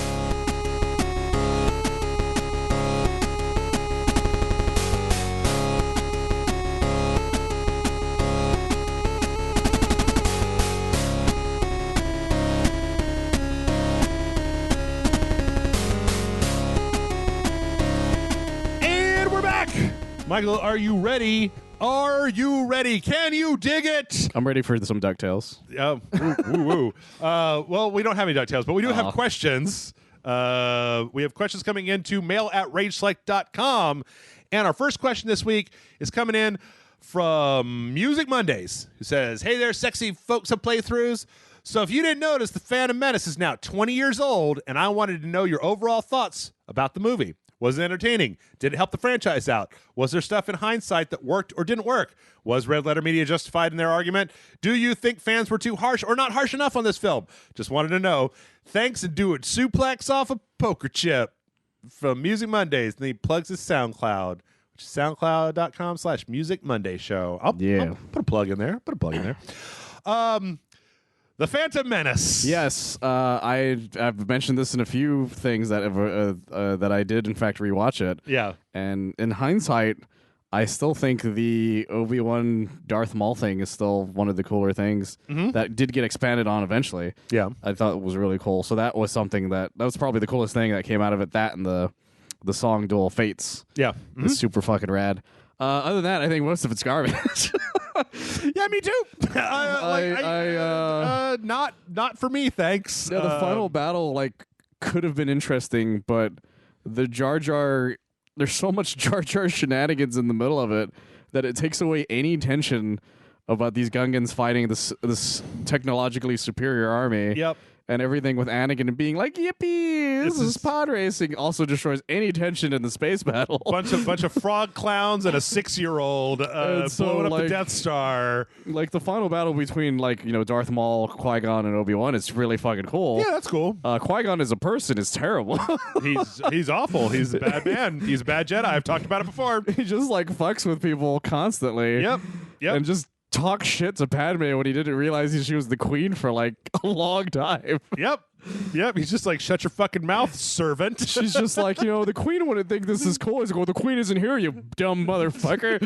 He's like, I'm a Jedi. She trusts me. It's just like, you know what? Yeah, dude, no. You know what? Qui-Gon Jinn brought down the Old Republic. He really did. If he just left that fucking kid on Tatooine, I'm not like advocating slavery. I'm not advocating for space slavery over here, but what I'm saying is that if he'd taken the kid and then when Master Yoda was like, no training, if he was like, sorry kid, let me get you into an orphanage here on Coruscant. You can 10 bar when you get older at that weird sports bar from the second movie. Well, the thing is, I don't even think that's the main issue. The main issue is that Qui-Gon was like, well, I'm dying now, so Obi-Wan, I want you, the most unexperienced fucking Jedi Knight in existence at the moment, to train the guy who's considered too old for normal training. Put a rat tail on him. And go for it. Yep. Obi-Wan was like, yeah, that sounds like a good idea. Yep. Nope. Everyone makes terrible decisions. Although, actually, there's one cool thing that I didn't think about. Obi-Wan should have seen if he could get his good friend Dexter Jetster to give him a job sweeping up in his 1950s robot diner. Exactly. Instead of making him into Darth fucking Vader. There was one thing that I thought was kind of neat, which is how masterful Palpatine essentially forces Padme to make a decision to make him the Chancellor. No, that's okay. The weird thing about the prequels, right? What I will say right now is that the second one is better. The third one is I like the third one a lot, actually. They're all just, in my opinion, they get better as they go on, but they're never. I mean, but even in the third one, you've got like, oh, she died of a broken heart. There's a lot of dumb shit. I've got in the high one. ground, Anakin. There's so much dumb shit in the third one. Oh my god, the giant like chicken thing he rides on. Yeah, out of nowhere. Yeah, the weird Velociraptor that he chases down Grievous, who is such a badass, but for some reason in the movie he had to be the coughing, dilapidated Grievous. Like in the show, he's so cool. Yeah, and then at the end of the show, fucking Mace Windu crushes him, and so now he's like a big coughing four-armed robot. He's got man like asthma, basically. Who it sucks. He just does like a helicopter. That's fucking ridiculous. And Obi-Wan shoots him in the heart like 5 times until his heart catches on fire. It's really stupid. So uncivilized. You did it, motherfucker. You were the one who did it. Reach out with the Force and crush his brain or something. But in any case, I don't think those movies hold up. They don't. It was so weird to me after watching The Last Jedi that there was like this backlash against The Last Jedi, and there were a lot of people I feel were just like, you know what? I feel like those prequels were actually pretty good. It's like, no, they weren't. But the story of the prequels on paper is good. It's actually like a really interesting story on paper. Yeah. Like it's the rise of the fucking Empire. Mm-hmm. Like on paper, all of the Chancellor stuff, like or the Palpatine stuff, is actually kind of cool. Yeah. And like as well as the dark rise of Darth Vader on paper sounds really cool. Yeah. And his relationship with Obi-Wan, I think, is still really cool. It's just kind of executed in a very bland way. In the worst possible way. Like even the Padme stuff is like slightly interesting.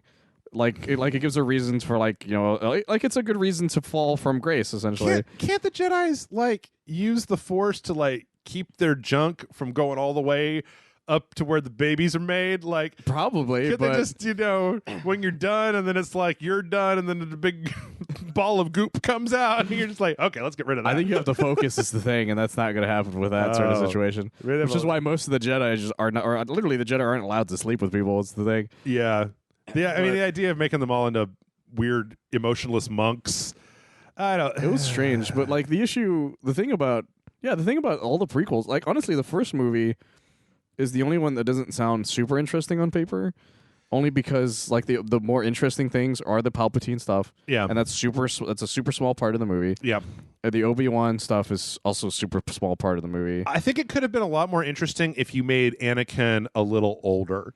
Yeah, if he wasn't such a Padme's kid, age. Yeah. And then it would make more sense why they would be like, he's too old. Right. Because he's a fucking teenager kind of thing. Or even he's like 12, right? But he's like, what, 8? He's like 8 or 9. You know? Like, you could easily like teach a kid something like that to calm the fuck down. Yeah. Where they're just like, no, he's like 8. It's like, how young are you training these kids? And then at that point, it's actually more terrifying that you're doing that to children.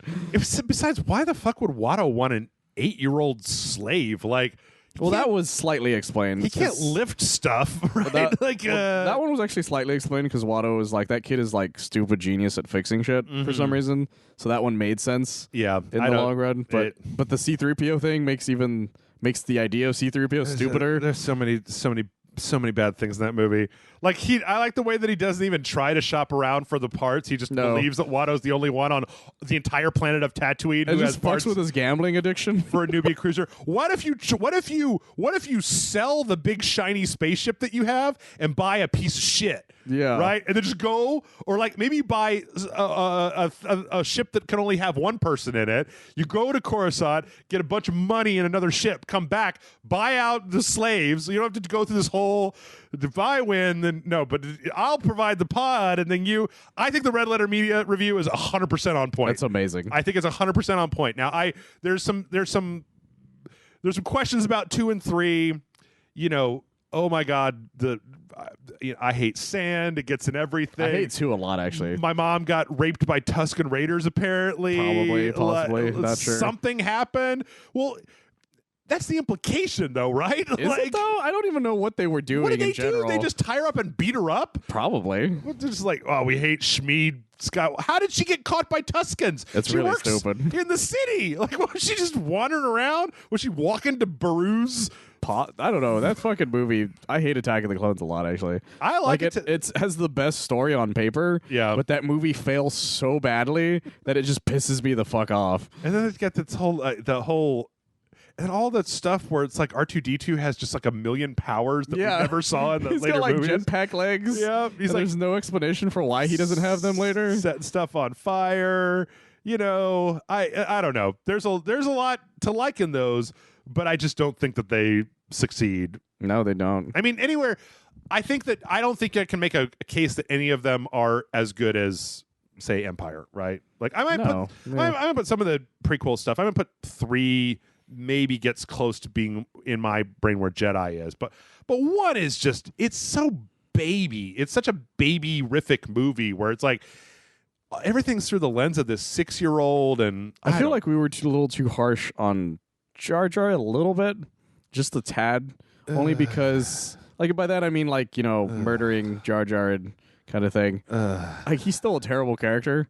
He still like destroys. Can I sigh more time? Yeah. He still destroys like 80% of the sequences he's in. Yep. And that's being generous. Oopsie poopsie! I defeated the entire army.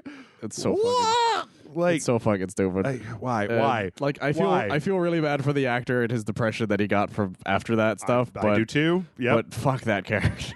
Yep. I feel bad for Jake Lloyd and all the shit that he got because it wasn't his fault either. None of that was any of their faults. It was fucking Lucas's fault. Actually, you know what I still think is really cool? What's that? The pod racing sequence is still pretty fun. It's all right. It's like if we were making a Days of Thunder Star Wars movie, then like, okay, but it's just, it takes like 20 minutes long or something like that, like right in the middle.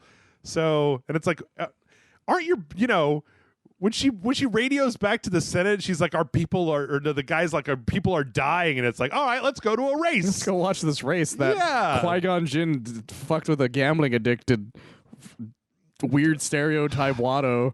A Jewish lizard? Yeah. What is Watto? Like, Qui-Gon just makes terrible decisions on Tatooine every 20 seconds. Also, I mean, like, I'm not trying to play this card too much, but you'd be a crazy person not to look at the stereotypes from Watto, from the Trade Federation, from the Gungans. That's the thing. Okay, the Trade Federation, their stereotype voice is way thicker in Phantom Menace than any of the other ones. And because I forgot how thick it was when they first start talking. Yeah. Because like the second it happens, it's like, oh no, oh my god, this is not okay. Like, oh shit. And then and the original Yoda puppet. You remember the original Yoda puppet they used for that one? That was the great looking. Yep. And they overdubbed that essentially with CGI later on. Bad. Yeah. Oh my god. I don't like it. I don't like it. You can keep it. I like the last sequence. That's about it. I'm not a fan. Not by a lot. Well, I spent 20 minutes talking about Phantom Menace. Julio writes in and says, hey, Jeff and Michael, was there a book, film, movie, or television show that made you quit that certain franchise or genre in general? I remember when I was in middle school, I used to be into Gundam thanks to Wing and Double Zero, but after watching Gundam Seed, I stopped watching not only mecha anime, but anime in general until my last year of high school. Thanks for answering. That's from Julio. That's actually like half of my answer. It's Gundam. That Gundam Seed Destiny, actually, because Gundam Seed, I actually didn't watch a lot of Gundam Seed, but Gundam Seed Destiny was so fucking bad that I was like, I don't really think I want to watch Gundam anymore for a while. And so I had originally stopped watching Gundam until I met Hilario, who was like, no, Gundam's great, and then showed me 00, and I was like, oh yeah, Gundam is great. I had stopped watching anime, well, not because of Gundam Seed originally, but it wasn't even just because of an anime or a movie or anything in general. It was the people. Like anime fans. I was just so like I remember I was at a convention one day and I was just like, man, I hate all of you. Like I don't want to be any part. I don't want to be any part of this. And I just basically like walked away from anime for a while until Tiger and Bunny got me back in. I did too, but I think that a lot of the reasons that I did it was because there weren't shows that I was into anymore. That everything turned into a Naruto, Full Metal Alchemist, Bleach, Dragon Ball. Like I'm not interested. I'm not into those shows. That's fair. I'm not really into those shonen shows. And I mean, I like I like My Hero Academia, but I like it because Yeah. it's different than all those. I'm not into ninjas, and so it would be like, have you checked out Hunter x Hunter or Record of the Lodos War? And I'm like, no, and I don't want to, because for a long time I was just into mecha. Yeah. And I feel like when EVA ended, like I had a hard time, and then I got into Gurren Lagann. Oh, okay. But then when that was over, I went out looking for something new, and it's just like, they don't make mecha. It's not as stuff very popular much as it used to be anymore. at that point. Yeah, so I just had a hard time. It was all just fucking ninjas and shit, and then you know what got me back into it? It was fucking One Punch Man. Oh, okay. Watched the first episode of One Punch Man. I was just like, damn, son. Yeah, I forgot about anime. I desperately want to get one of my non-anime fans or non-anime friends to watch My Hero Academia with me and do because I think it would be great. I think Grant would love it. Like, because he I could see him. loves all that Marvel stuff so Yeah. much, right? And it's not super Japanese, and it's not like, I mean, it's it's in Japan, but it's not like super Japanese, right? No, it's more of a American type plot line than any anime I've ever seen. And like All Might is such an American superhero. He's Absolutely, even though he's from Japan. he's not brooding, he's like, and he's just so He's so interesting. full of life. Yeah, and it's hard not to root for. I just got done finishing off. I rewatched the entire thing in like a week. Oh, okay. It's hard not to root for Deku. Like, he's just so earnest and likable. Like that man. I swear to God. Like at the was it the first episode? No, the second episode, because it takes two to get all the way through that very first story. I tear up. I almost tear up every time they show that scene when All Might shows up and tells him he can be a superhero, and he's just gripping his chest with emotion and crying. And I'm just That's a great moment. It's one of that's one of the best moments, because the fact that he told him no originally. Yeah. But before, he's just like, no, you can't do anything. Like, be a cop or something. Right. Like you can be a hero in other ways. I guess, like the stereotypical, like, you could be doing good, I guess. Like, it's the kind of speech that Captain America got when when he was first trying to become a soldier. Yeah. People were like, well, there's other ways you could do, like, you could do art and shit. Right. It's like, well, that's not fair, kind of thing.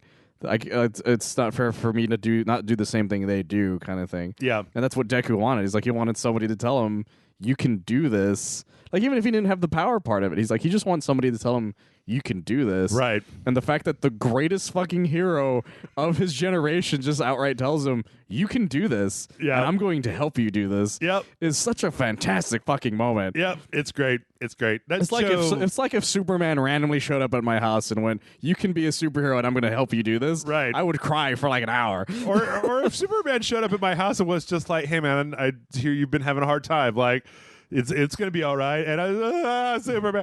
No, it's such a great show. And I think that anime is probably gonna be my answer too, because I mean, when it comes to games, I've never. There are genres. Okay, you know what? Actually, you know what? RPGs did that to me. I don't remember when it happened. It was when RPGs all became character actiony type RPGs that I was just like, I'm gonna stop doing this for a while. Like Kingdom Hearts. Oh, I think it was like around that time where that sort of playstyle Square, man, became a thing. Yeah, and I was just like, I don't really know if I want to do this anymore. Yeah, and I didn't have the time as much as I used to, and so I just really stopped playing RPGs for a long time. Not because I hated them entirely. It's just like I just don't know. I just don't have it in me to do this anymore. I stopped finishing games, and a lot of it was just due to the fact that I don't have the time anymore. Yeah.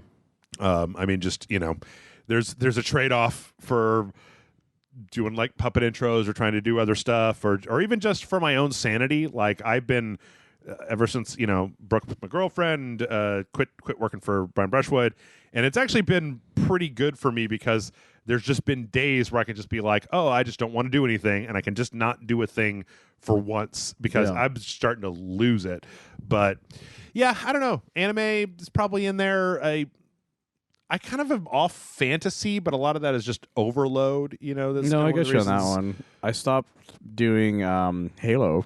Yeah. After a while, after Halo 4, I was really excited about Halo 4 because I was a big Halo nerd, and Halo 4 was just like, I was trying to like Halo 4, and everyone I knew at the time, we all used to play Halo together, and so I was really excited. I'm like, yeah, there's the spider armor in Halo 4. I can wear that the whole time. And everyone I knew just slowly dropped off of Halo. Yeah. after 4, and then I just realized at that point, it's like, yeah, I guess this is the end for me for Halo, and I haven't really gone back since. I can see that. All right, well, let's do some Discord questions. Let's see. Kate Josie writes in and says, "Dear Jeff and Michael, I finally checked out the book. This book is full of spiders. Seriously, dude, don't touch it. And about a third of the way through it. I've seen the movie for John Dies at the End, but I've never read the book. 1, should I read John Dies at the End as well, or can I move on to the next book? 2, how does watching a movie affect your ability to read the book? I'm having trouble with Leviathan Wakes because I keep picturing The Expanse in my head, and it makes it a bit of a slow burn because of my imagination versus what I've already seen on the screen." And that's from Kate Josie.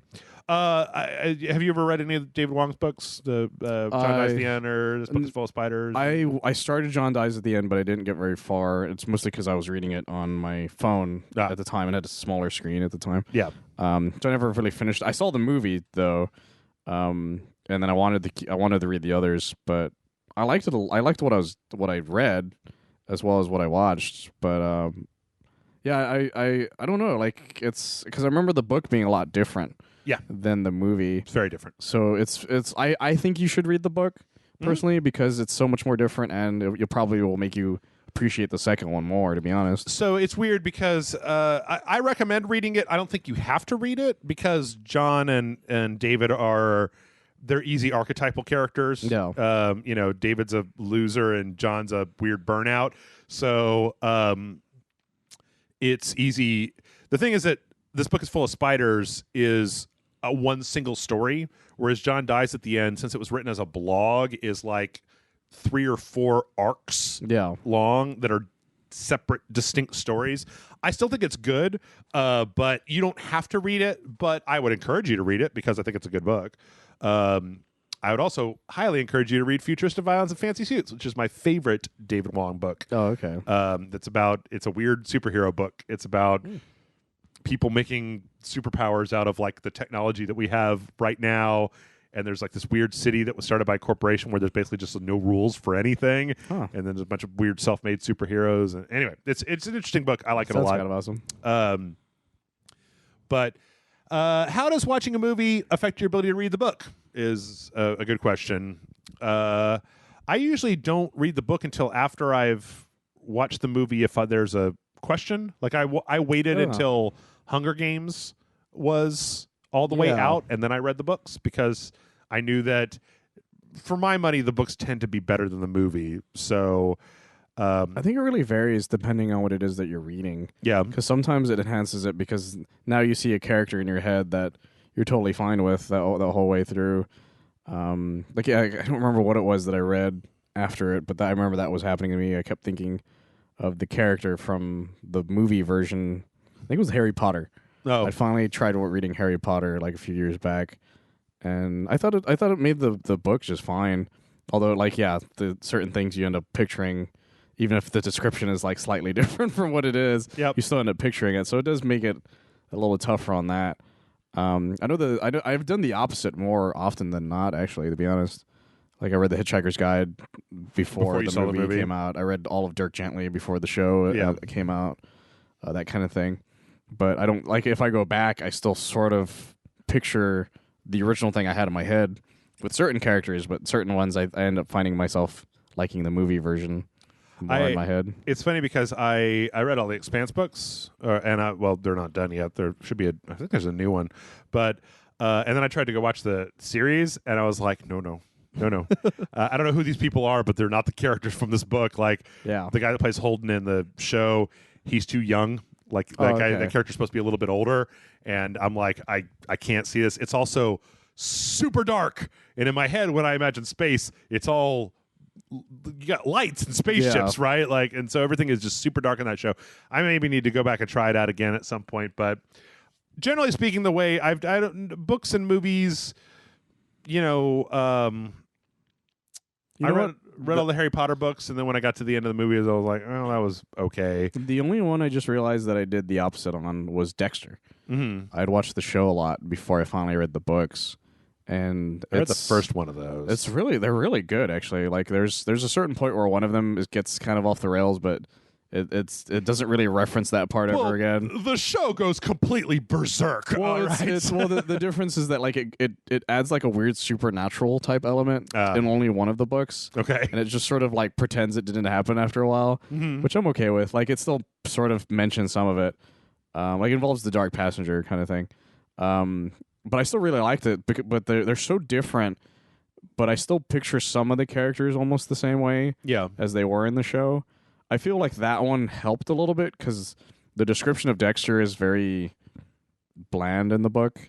So, like, picturing, Michael C. Hall as Dexter works just fine. Although the brother thing was harder to picture because in the book, the brother's supposed to look just like him but buff. Oh, basically. So it's harder to I had to keep trying to picture like a really buff Michael C. Hall to match the story because in the show, they don't look anything like each other. Yeah. Kind of thing. And he survives like throughout most of the series compared to the TV show. Yeah. But yeah, that's a tough one on that one, yeah. Yeah, I don't know. Let's see. Septum Sin says, Dear Rage Lords, I have to say I'm very intrigued by Dark Souls. As much as I think about giving up, I keep going back much like a madman, throwing myself at certain fights over and over. Recently took out the alligator monster in the depths. I find it strange that the first encounter seemed impossible, but the second time it was easy. Almost. Are there any boss fights or areas areas in games that you at one time thought were super hard and yet later seemed almost too easy? Your patron Septum Sin. I mean, that's a description of just about every boss fight from every video game is like once you get the timing sussed out, it's like, yeah. I mean, by the time I went back to Dark Souls, like when John and I were playing it, it was like, oh, I fought this fight like 100 times. I know every wind-up. I know every move. I know every, That's most of Bloodborne for me. I remember, except for like one or two guys in Bloodborne, I'm still like, fuck that guy. It's funny because Matt has a really, really hard time with the Bloodstarved Beast in Bloodborne. Oh, yeah. The big flap on its back, right? And I remember... I think I was just drunk. Sometimes I'm just drunk and I'll play Bloodborne. And I ran down to where it was and I was like, can I beat this guy? And it was just like, oh yeah, no problem. Dodge, dodge, dodge, hack, hack, hack, dodge, dodge, dodge, hack, hack, hack, dodge, dodge, dodge, hack, hack, hack, flamethrower and you're dead. And I was like, yep. And then I think the next time I saw Matt, I was like, so I just killed the Bloodstar Beast. And he was like, why? And I was like, oh, I was thinking about you and how much trouble you had with it. And it's like, so you just went to go show him and just be like, yeah, Matt sucks. Look how good I am at this game.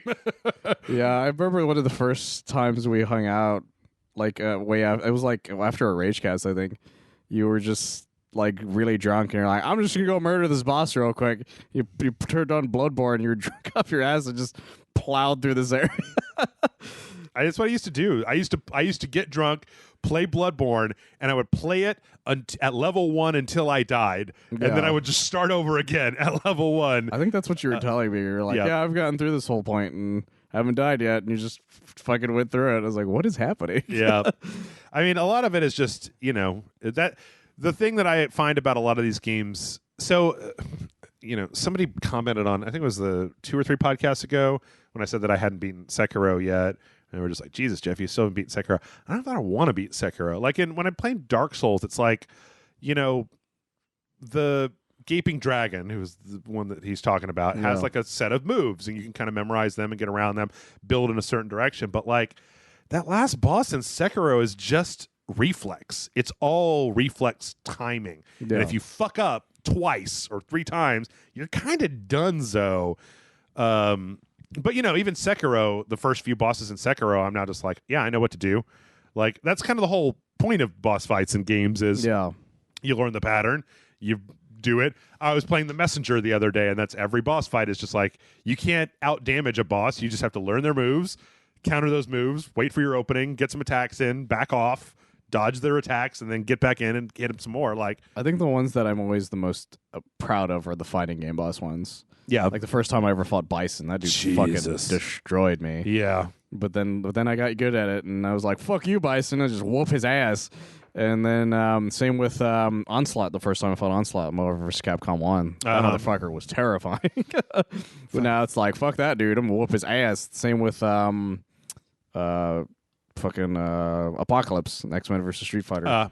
Same thing with those. Yeah. Shao Kahn. I love beating the fuck out of Shao Kahn. Shao It's Kahn's the best feeling in the world. Ass. Such a pain in the fucking dick.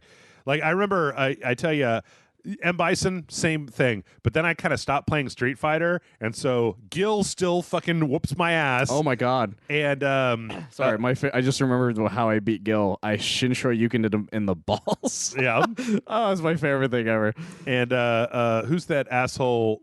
They named after one of the developers in Thor, Seth. Yeah. God, I fucking hate Seth's Seth a dick, so but I much. love beating him up. I remember there was one of those games. I think it was like a Virtua Fighter game where, like, the last boss, if you lost, you had to go back and start. Oh yeah, the I whole remember thing hearing over about again, that. like Virtua Fighter 4 or something like that. Yeah, something ridiculous. And I was like, no, thank you, goodbye, good night. There's still bosses in fighting games though that I can't beat. Like I think Shin Akuma and Capcom vs SNK2. Yeah, that dude is terrifying.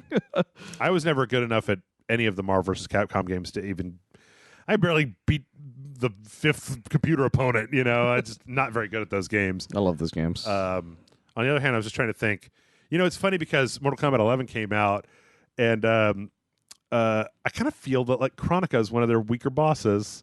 She's know? just more cheap than anything. Well, the thing is that if you don't use special moves and you just use combos, like she can't do anything. Yeah, like that's how I beat her the first time. Remember the Discord? I'm like, yeah. It turns out if I just do the same combo over and over again, she just doesn't know what to do. Like Kitana has, I think it's what, like forward 2 or something like that, where she just does this, like it's like a 4-hit spin with the fans. Yeah. And when I was fighting Chronica, I'm just like, you know, I was trying to fight her for real. I was like, trying to zone and block and do stuff, but she just kept like kicking the shit out of me. And then I was like, oh, all I have to do is hold forward and hit the 2 button, and then until she dies, and like she can't do anything because I don't think she can block. No, she doesn't. Like, and Johnny Cage has this one attack that's just it's a 2-hitter where like he hits forward and then he jumps in the air and like hits him with his crotch or something. Yeah, and it does so much damage to her. And like I beat her without like losing like any health. It was just like, this is amazing. Like Johnny Cage is Earth's Mightiest Warrior again. Yep. Yeah. So. Yeah, she's not nearly as intimidating as fucking what's his name from last one, Shinnok. Oh yeah, Shinnok he's a bitch, man. To fight. Those fucking bone arms. You can take the bone arm and shove it right up your bone hole. Let's see. Mike writes in on the Discord and says, "Greetings, co-host of Power. I've got a food question. We got 3 food questions in a row. Oh, okay. So, food question for you. Texas, from what I've heard, has a thing for barbecue. So my question is this: what are your favorite barbecued food and barbecued sauce combos? As I type this, I'm trying 4 sauces I bought to try for the first time: beer plus chipotle, apple cider plus mesquite, sweet bourbon, and Hawaiian huli huli. Good luck in the upcoming Texas heat," and that is from Mike. So, from one Mike to another, Mike, what's your barbecue preferences? I'd love the shit out of brisket. I think brisket's like God's gift to man. Do you have a specific cut? You like it lean? You like it fatty? Somewhere in between? I'm a big fan of fatty. Yeah, it's got this great sort of, like you can just chew on the fat for a while. It's like gum almost. I like lean pretty well. Like depending on it really depends on like, do I have time to wash my hands? Is really what it comes down to. I always try to get him to give me like a little bit. Like I don't want the full fat. Yeah, I want some fat, but I don't want like when we go to Rudy's here in this town and they the extra moist, which is basically just the super fattiest part of it. And I don't ever want to get that. I'm a big fan of just barbecue's fucking great. I'm 40, I'll die. Like I try to eat as much as I can before my health is gonna give way. But so as far as lean's great for sandwiches though. Sauce goes, I mean, like I feel like here we basically, or I only ever run into 2 sauces, right? You have a sweet sauce or vinegar. It's really the sauce. only 2 that pops up. I don't really like when you go to a place here in Austin, they tend to have their own house sauce, and it's usually one of the 2. It's either brown sugar or it's a vinegar. Yeah. So it's either sweet sauce or it's a tangy sauce. I'm more of a sweet guy myself if I end up using sauce. I don't really use sauce that much. I'm kind of very bland with what I use a lot of the times. Sometimes I just eat the meat, like, to be honest. That's I found the sweet sauces work better like for everything. So like there's a place over here by my house. They're not very good. Please don't go there. But they're close and they've been around since I was a kid. The thing is that I've gotten to watch for 30 years, literally 30 years, as their portions have gotten smaller and their prices have gotten bigger.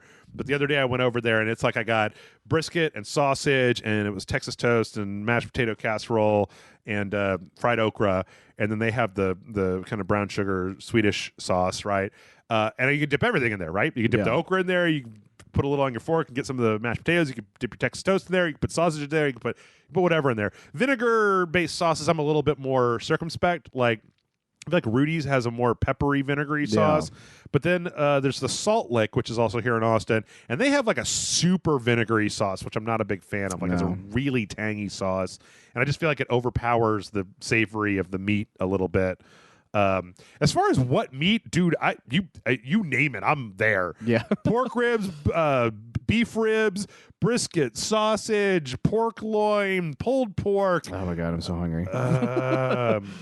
Helen, at Rudy's, they even smoke the prime rib, right? Yeah. You get that big slab of steak. I'm a carnivore, man. I love meat. So same. There's not one that I like. If you were like, hey, we're having beef ribs, I'm not going to be like, oh, I really only like pork ribs. I'm sorry. Yeah, I'm not going to be weird about this shit. It's like, I'm going to be there. Like, yeah. In fact, I'm trying to think. I'm going to take a twist on this question. What meat won't you eat? And I'm not talking like human. You can come up with something, right? But like, is there something is like, turkey burger or like andouille sausage or ham hocks? Like, is there something in particular that you're not down with? Sausage is my least favorite. Okay. Of meats. When you get a sausage, what do you prefer? Like a crumbly sausage or like a real thick sausage, or what kind of sausages do you like? Like a bratwurst or like bratwurst? I think is probably one of the better ones I've liked. Tell me about your sausage preferences. Yeah, it's just not. Yeah, sausage is just the one that I'm like. If it's the last thing on there, sometimes I'm just like, I'm okay. Yeah, I don't really need that. Like, I'll eat damn near everything else like immensely, but sausage, I'm just like, I could do it with or without it. I'm trying to think if I have an answer to the question. I don't know that I do. Like, I've eaten fucking snake, so it's like, it's hard to, that answer is really hard. Like, the thing is that, and snake is delicious, as it turns out. Like, I like, scrapple, or menudo. I'll do it, man. Like, I was thinking chicken feet, but it's only because I don't think I've ever had chicken feet served to me, and I'm sure if you did, I'd just be like, okay, beef tongue, go for it. Oh, there's brains, thing of barbacoa, yeah. Roll it out, man. Oh my God, I haven't had a barbacoa taco in ages. You have no idea. It's funny because I was reading an article like somewhere that like it was a part of a meme, but somebody was just like, goat meat is really good, but everybody's sleeping on it. It was like a Mexican replying, he's like, where the fuck have you people been? Cabrito? Are you kidding me? What the fuck's wrong with you people? Please. Like that's the thing about Texas. It's like we eat damn near everything. Like if it has meat on it, we'll probably have eaten it at some point. Yeah. I remember this is the first time I've ever really dealt with ham hocks was this year I made it's a New Year's leafy, not mustard greens, collard greens. Collard greens. And for the recipe I was using, it's like you boil ham hocks, like the feet, the trotters, and in like water, like you make I think it's like you made like a roux with like onions and stuff, and then you like put chicken stock and then beef trotters, and then you boil it like for 4 hours, and then the all the juices come out of the feet into the thing, and you make what's called pot liquor, which is like basically just a big pot full of greasy water, and then you put your collard greens inside of this greasy water.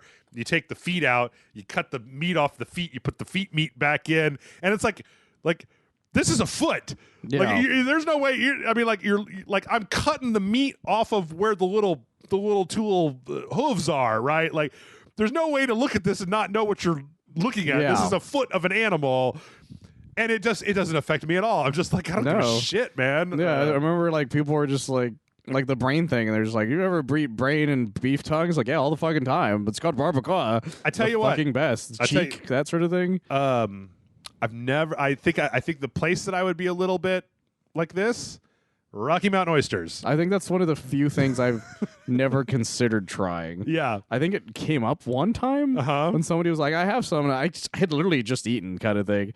And I was like, I'm really tempted, but I literally just ate. Like, I think you could probably talk me into it, especially if I'd had a couple of beers, but like, I don't think it's something I would ever seek out. I'll just be so curious.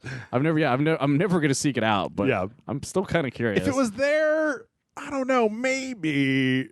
maybe. Yeah, like I said, it's only come up once of me having a chance to do it. Yeah. And I just had already eaten. I mean, I used to make a friend of mine used to be every Christmas time, or it was the day after Thanksgiving. I think it was her mother, Mexican woman, would make tamales, right? Yeah. And she'd go down to Fiesta and buy the goat skull. Yeah. And still has the meat on it, and then you put the goat skull in, and you boil all the meat off the goat skull, to make that. And it's just like, yeah, man. And then people, I remember. You know how intricate Mexicans are willing to eat things? My grandpa used to take the eyeballs of the goats, Yeah. and just chew it, Yeah. just for the fuck of it. He loved doing that shit. I remember because his favorite thing. She would invite all of her daughter's friends over, right? And so we would all go and work on the assembly line to make tamales, and then she would send us home with like 3 dozen tamales, because when you make tamales, you're going to make 1,000,000 tamales. It's so many. That's why the people sell them out of their fucking trunk so often. Yeah, and I remember a few of my friends who were just like, "Oh my god, is that the skull?" And I'm just like, "Ooh, can I have the skull?" Like I just imagine being a kid where I'm just like, "Ooh, I want to go play with the skull. I want to see if I can put it on my head." So many things we've done. Yep. Professor Fett writes in with another fruit question. He says, "Hello, Jeff and Michael. I got a burning question for you guys. Do you put mayo on a burger or sandwiches or hot dogs according to Avengers?" I don't know. The better question is, do either of you have weird food combos that you love but other people find completely strange? I feel like we just talked about some of the weird ones we've done. I guess it's weird if you're not from here. It's just weird if you're not from here, really. I it's guess. Like, in fact, I've heard like certain Mexican foods that we ate near the border was weird the further you went into Texas. Oh. I don't remember any of them because I didn't really eat them, but my friend was a huge fan of a lot of these foods, and he would order them, and people would just look at him like he was a fucking crazy person. It's weird. I have an aunt who recently has gone vegetarian for her health, and I was trying to say and she's from Ohio, and so it's like apparently they have a few, kind of what the trendy vegetarian food trucks in a few places, right? But I was like, well, have you ever done Indian food, right? I mean, it was all the gobi, the cauliflower, like curries, vegetable curries and stuff like that. And she was just like, no. And I realized, I'm like, what I realized, Michael, okay, can I just say, to answer Professor Fett's question as well, I was born in 1978, okay? So for a long period of my life, what we were actually just describing, like is barbecue, Mexican food, hamburgers, fast food, that was like what was here, right? Like, I keep saying this because I feel like it's worth making people remember how things changed. I remember when the first sushi restaurant opened in this town, and everybody was like, raw fish? What? Why would I eat raw fish? Gotta cook fish. Just eat raw fish. Weird. Or like it took me a long time to have Indian food, right? Or even Chinese food was like a once in a while thing. It wasn't the sort of thing, or Chinese food, yes, but not like Japanese food, Vietnamese food, like other places that were not that, where there's like one German restaurant in town, one French restaurant in town. As I've been alive, and it's just like, hey, have you ever had, I don't know, have you ever had, to pick a country, Brazilian food? And I'm like, no, what is it? And it's like, well, it's all these meats, but they're cooked like this. And I'm just like, yeah, let's try that out. This shit. Because I have this theory that people don't eat things unless they taste good. Like, nobody's like, yeah, here's a bark sandwich. And it's like, what? Yeah. But you probably figured out how to cook it, because that's the thing about Mexican food, right? Is that a lot of Mexican food is like undesirable parts of animals that have been cooked in spices for long enough that then they're delicious. Yeah. Like everywhere in this fucking town has pork belly. Pork belly's supposed to be cheap because it's not, you don't want it. It's mostly fat. It's a tough piece of meat, but like everybody started doing that. Or like the last time I went to the store to try to buy a flank steak to make fajitas, and it's like a flank steak is $12. I'm like, what? Yeah, it's like really expensive now. It's like, what happened? Flank steak? I mean, that's like ribeye prices, y'all. Like, it's like, what are you talking about? Going on here? Like, yeah, that's happened to me a lot actually since I've moved up here. But yeah, fucking hipsters make flank steak really well, and then everybody's just like, oh, I got to go to the store and buy it, or like a hanger steak, and it's like hanger steak is garbage. Nobody should be keep hanger steak cheap so that those of us that don't make money can go buy some hanger steak at the store. But so what I was coming down to is like, I'll eat whatever, man. I'll give it a try. There's a place in this town. There's a food truck that had chicken fried crickets. You know what? I'll give it a try. I'll give it a try. Like, the worst thing that's going to happen is I'm going to put it in my mouth, chew twice, go no, spit it out, and then never do it again. But, like, what if it turns out the chicken fried crickets are your favorite food and you just didn't even know it yet? It happens. Like, I'm a picky eater, to be honest. It's just that, like, but I'm slowly trying to get out of it as much as I can. I'm trying to eat out more in different weird places, at least when I get a chance to. Like, I still have my, my routine. Yeah. But, like, I find myself, when, like, somebody's like, hey, you want to go to this thing? I'm like, you know what? Sure. Mm-hmm. Like, I went to that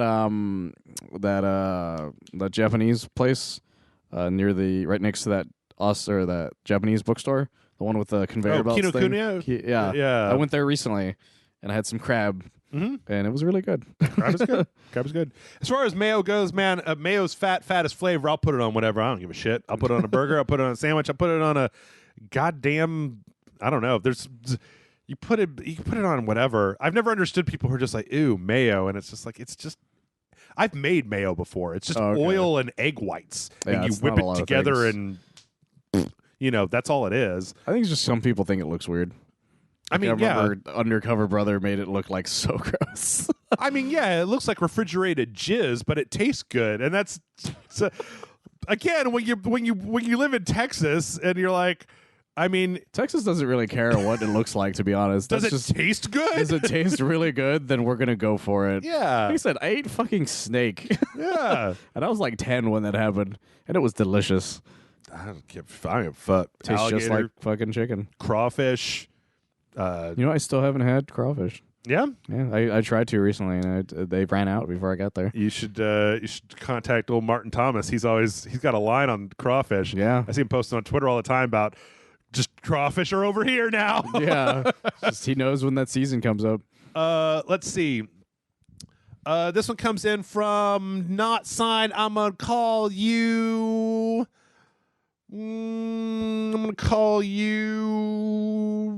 Cindy. Cindy says, hey, Jeff and Mike. I remember, well, this was addressed just to me, but we can both answer. I remember you saying, I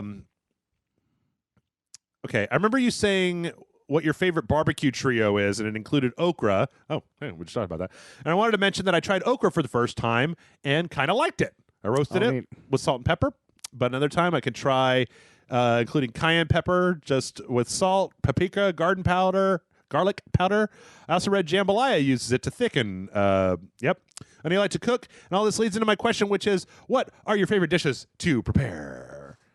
I'm not much of a cook, so I'll let you do on that one. I like okra, but it always makes me it always fucks up my intestines. I don't know what it is. Okay. I don't know if it's the seeds or if it's the whatever's inside of it. Like, I like the way it tastes, but it just doesn't agree with me. So when I eat it, I always am just like, well, not doing anything else tonight. You're going to be staying in. You know what?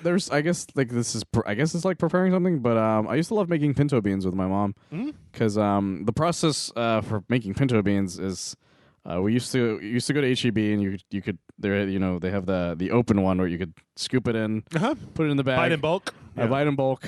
We would then put it on the table and then go through it to make sure to get the rocks out. To get all the rocks out. Because that's the thing that most people don't know about pinto beans is rocks are very easy to find in pinto beans. I don't think they're actually rocks, though. They're like clumps of dirt. It depends, though, because sometimes they are actual rocks and sometimes they're dirt because it depends how you make or how you get it. I never separate them and the dirt just goes. I'm just like, put the dirt in with it. The dirt's fine. Rocks. Sometimes there will be actual rocks, and I discovered that the hard way as an adult. Oh. So I would slowly we'd spend like an hour just talking about our day, that sort of thing, just slowly piecing this thing together. As soon as we got it in there, it would take hours to make this thing. Yeah, because we were doing it just on the stove. Wait time to salt it. Once it was salted, I then ate half of the damn pot because I love pinto beans, like still to this day. It's just that I don't know how to make it very well because when I asked my mom how to do it, so I was like, well, so how much salt do you put? Well, you get like your hand and you kind of put the most like just like that, I guess, and like it's just like that's not a measurement. I don't know how that works. Well, but how many spices are in there? You got salt. It's not. It's just the salt. Salt. But she knows how to put like the perfect amount of it in it. That just tastes amazing every fucking time. Well, that she learned from her grandma, who learned before that point. If it's one ingredient, you can make very small batches and then just measure the salt. That's the thing is, I put a tablespoon in, see what happens. Trying to figure out, but it takes so long to make.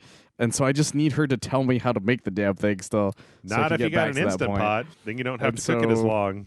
But it's just not the point. Like it's how it's made. It's the process. The process needs to be kept is what I'm saying. Oh. And I just you just have to do it over and over again. I just need her to fucking teach it to me again because I kept trying to, and I'm just not understanding this. Well, I mean, And the last time I did it, I forgot. I've missed a few rocks, and it did not end well for me. I'm not trying to be a dick or anything here, but it sounds like your mom's recipe is separate rocks from pinto beans, put pinto beans in pot of water, put salt in, cook. Eat pinto beans. Well, the salt isn't put in the beginning. It's put in a specific time frame in the middle of it. Okay. It's always like I can't even remember it anymore because that's the issue. I feel like there's got to be something else to this recipe. It can't be pinto beans and salt. It's mostly just pinto beans and salt. There's got to be something else. There's got to be pinto beano or cayenne or something. Well, the thing is, the thing is, after it's everything else that's made after it usually that has more intricate things to it. Okay. Like refried beans. Sure. She has a lot of more intricate things for that part of it that I don't know very well. I only know the basic part of it. Refried beans are really easy to make. No, but it's the mixtures of different things. Because the thing is that you know one way, right? But there's like a bunch of different ways that like many Mexican moms I've ever met have made. Okay, and they've always tasted different. And they're always like fucking amazing. But my mom makes it in a very specific way that like I said, her grandmother made before it, and so forth. I think you should just email your mom and ask her to type the instructions and send them to you. It's just going to be a picture of her hand saying, "This is how much you put in it." And I'm like, I don't understand what that means. Well, do that and then bring it to me. We'll make pinto beans when you come over here, and we'll figure it out. I feel bad about this problem that you're having, where I'm like, it sounds like the recipe is beans, salt, water, and I feel like you and I can figure out how much water to salt to beans. I'm sure we'll figure something out. I just have to, like I said, I have to ask her about it whenever I get a chance. What is this? What are your favorite dishes to prepare? Oh, I don't know. I get stuck on certain things. I like stew. I like to make a stew in my Instant Pot. I mean, last week I made the cilantro lime rice, except I didn't buy cilantro. I bought Italian parsley, which was okay. And then I took cabbage and cut it into sixths and roasted a bunch of cabbages. And then I took you buy a pack of 8 pork chops for $10 at the store, bagged them all up. And then whenever I wanted dinner, I would just start up my sous vide machine, throw in the pork chops, take them out, ice bath, sear them in my cast iron skillet, good to go. Heat up the rice, heat up the cabbage. I like roasting Brussels sprouts in the oven quite a bit. When I have an unlimited budget, I tend to do that. I like cooking steaks in my cast iron skillet. So a lot of times my triple threat, right, is Instant Pot cauliflower mashed potatoes, half potatoes, half cauliflower with a bunch of butter and shit, right? Make that in Instant Pot. Takes no time at all. Roasted Brussels sprouts in the oven. It's just 20 minutes. Don't even have to dick with them hardly at all. Olive oil, salt, pepper, and then sous vide like a ribeye or a New York strip with like a little thyme and salt and pepper, and then you pull it out and sear it, and then great steak, potatoes, Brussels sprouts. I'm easy, you know. I'm so fucking hungry right now, by the way, people. So easy. Yeah. Well, let's see about let's see. We got a couple more here, just a couple quick ones, then we'll be done. Aaron writes in and says, "Hey, Jeff and Michael, it's Aaron, the man with no life, again, with a question for the podcast for you to read and then answer on your podcast with your mouth and organs. What is a feature or gameplay thing in a game or games that you read or heard about before it came out and thought that sounded really kick-ass, but was met with a severe, heartbreaking disappointment when the game came out and that shit was nowhere to be seen? For me, it was in All-time favorite game, Dead Space 2. When a year before release, I read an article where some dude or dudette played an early demo for the game and wrote about how you can use kinesis to pick up broken glass and use it like a meat grinder when thrown at those pesky necro bitches. I still love the game a ton, but I was disappointed that didn't make it to the finished game because it sounded like a really badass thing to do. And that is from Aaron. There was a mini game for staying alive in Army of Two. That was originally supposed to be in it, if you remember this. It was when you went down, you play Tetris. There was a mini game that of you running away from the light. If you were if you were the guy who went down, the other guy had to save you, and you had to desperately run away from the light, essentially, to keep yourself from dying. Okay, and it was this like fun sounding little weird mini game to it, and then it was just nowhere to be found because it was hard to implement in the middle of like a gunfight kind of thing. Yeah. Especially if the guy had to stay alive to help you. So it just got, replaced with the normal, you have to shoot to keep the guy alive kind of thing. Right. And I remember being really disappointed when that turned out not to be a thing. Yeah. So yeah, that's definitely like my answer to that, because I always think about that every now and then. Someone once described to me the shit that Peter Molyneux said you could do in Fable. Oh, yeah. Before it came out.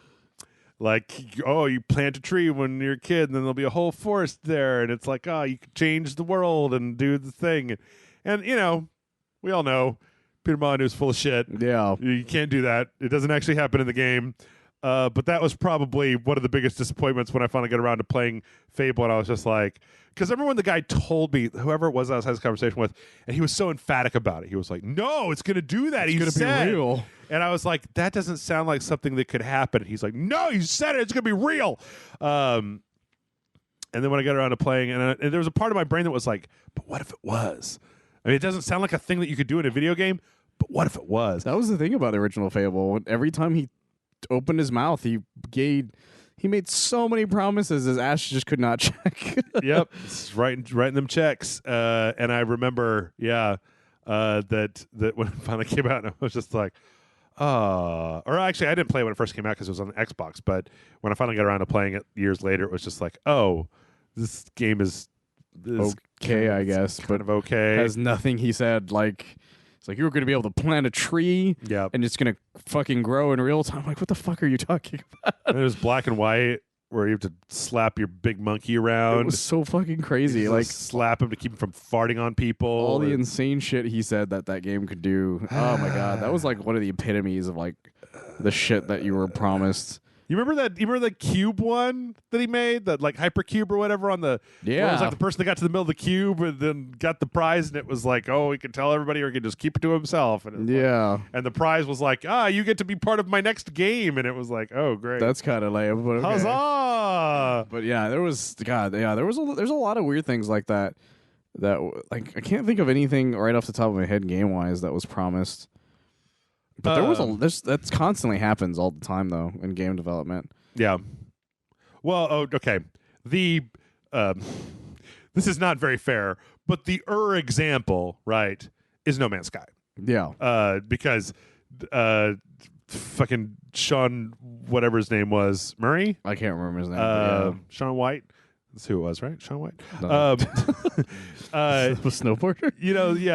They would ask him stuff, and he'd be like, you can do whatever you want.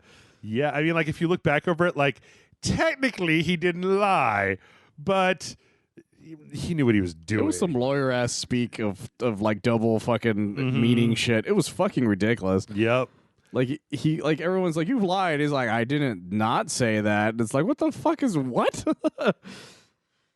That constantly happened with that one. I remember, it's funny because Metal Gear Solid 1 was one that used to have a lot of stuff that Metal Gear Solid 2 eventually had. Really? Yeah, like there's like if you watch like old gameplay footage of Metal Gear Solid 1, his attack sequence used to be his Metal Gear Solid 2 attack sequence.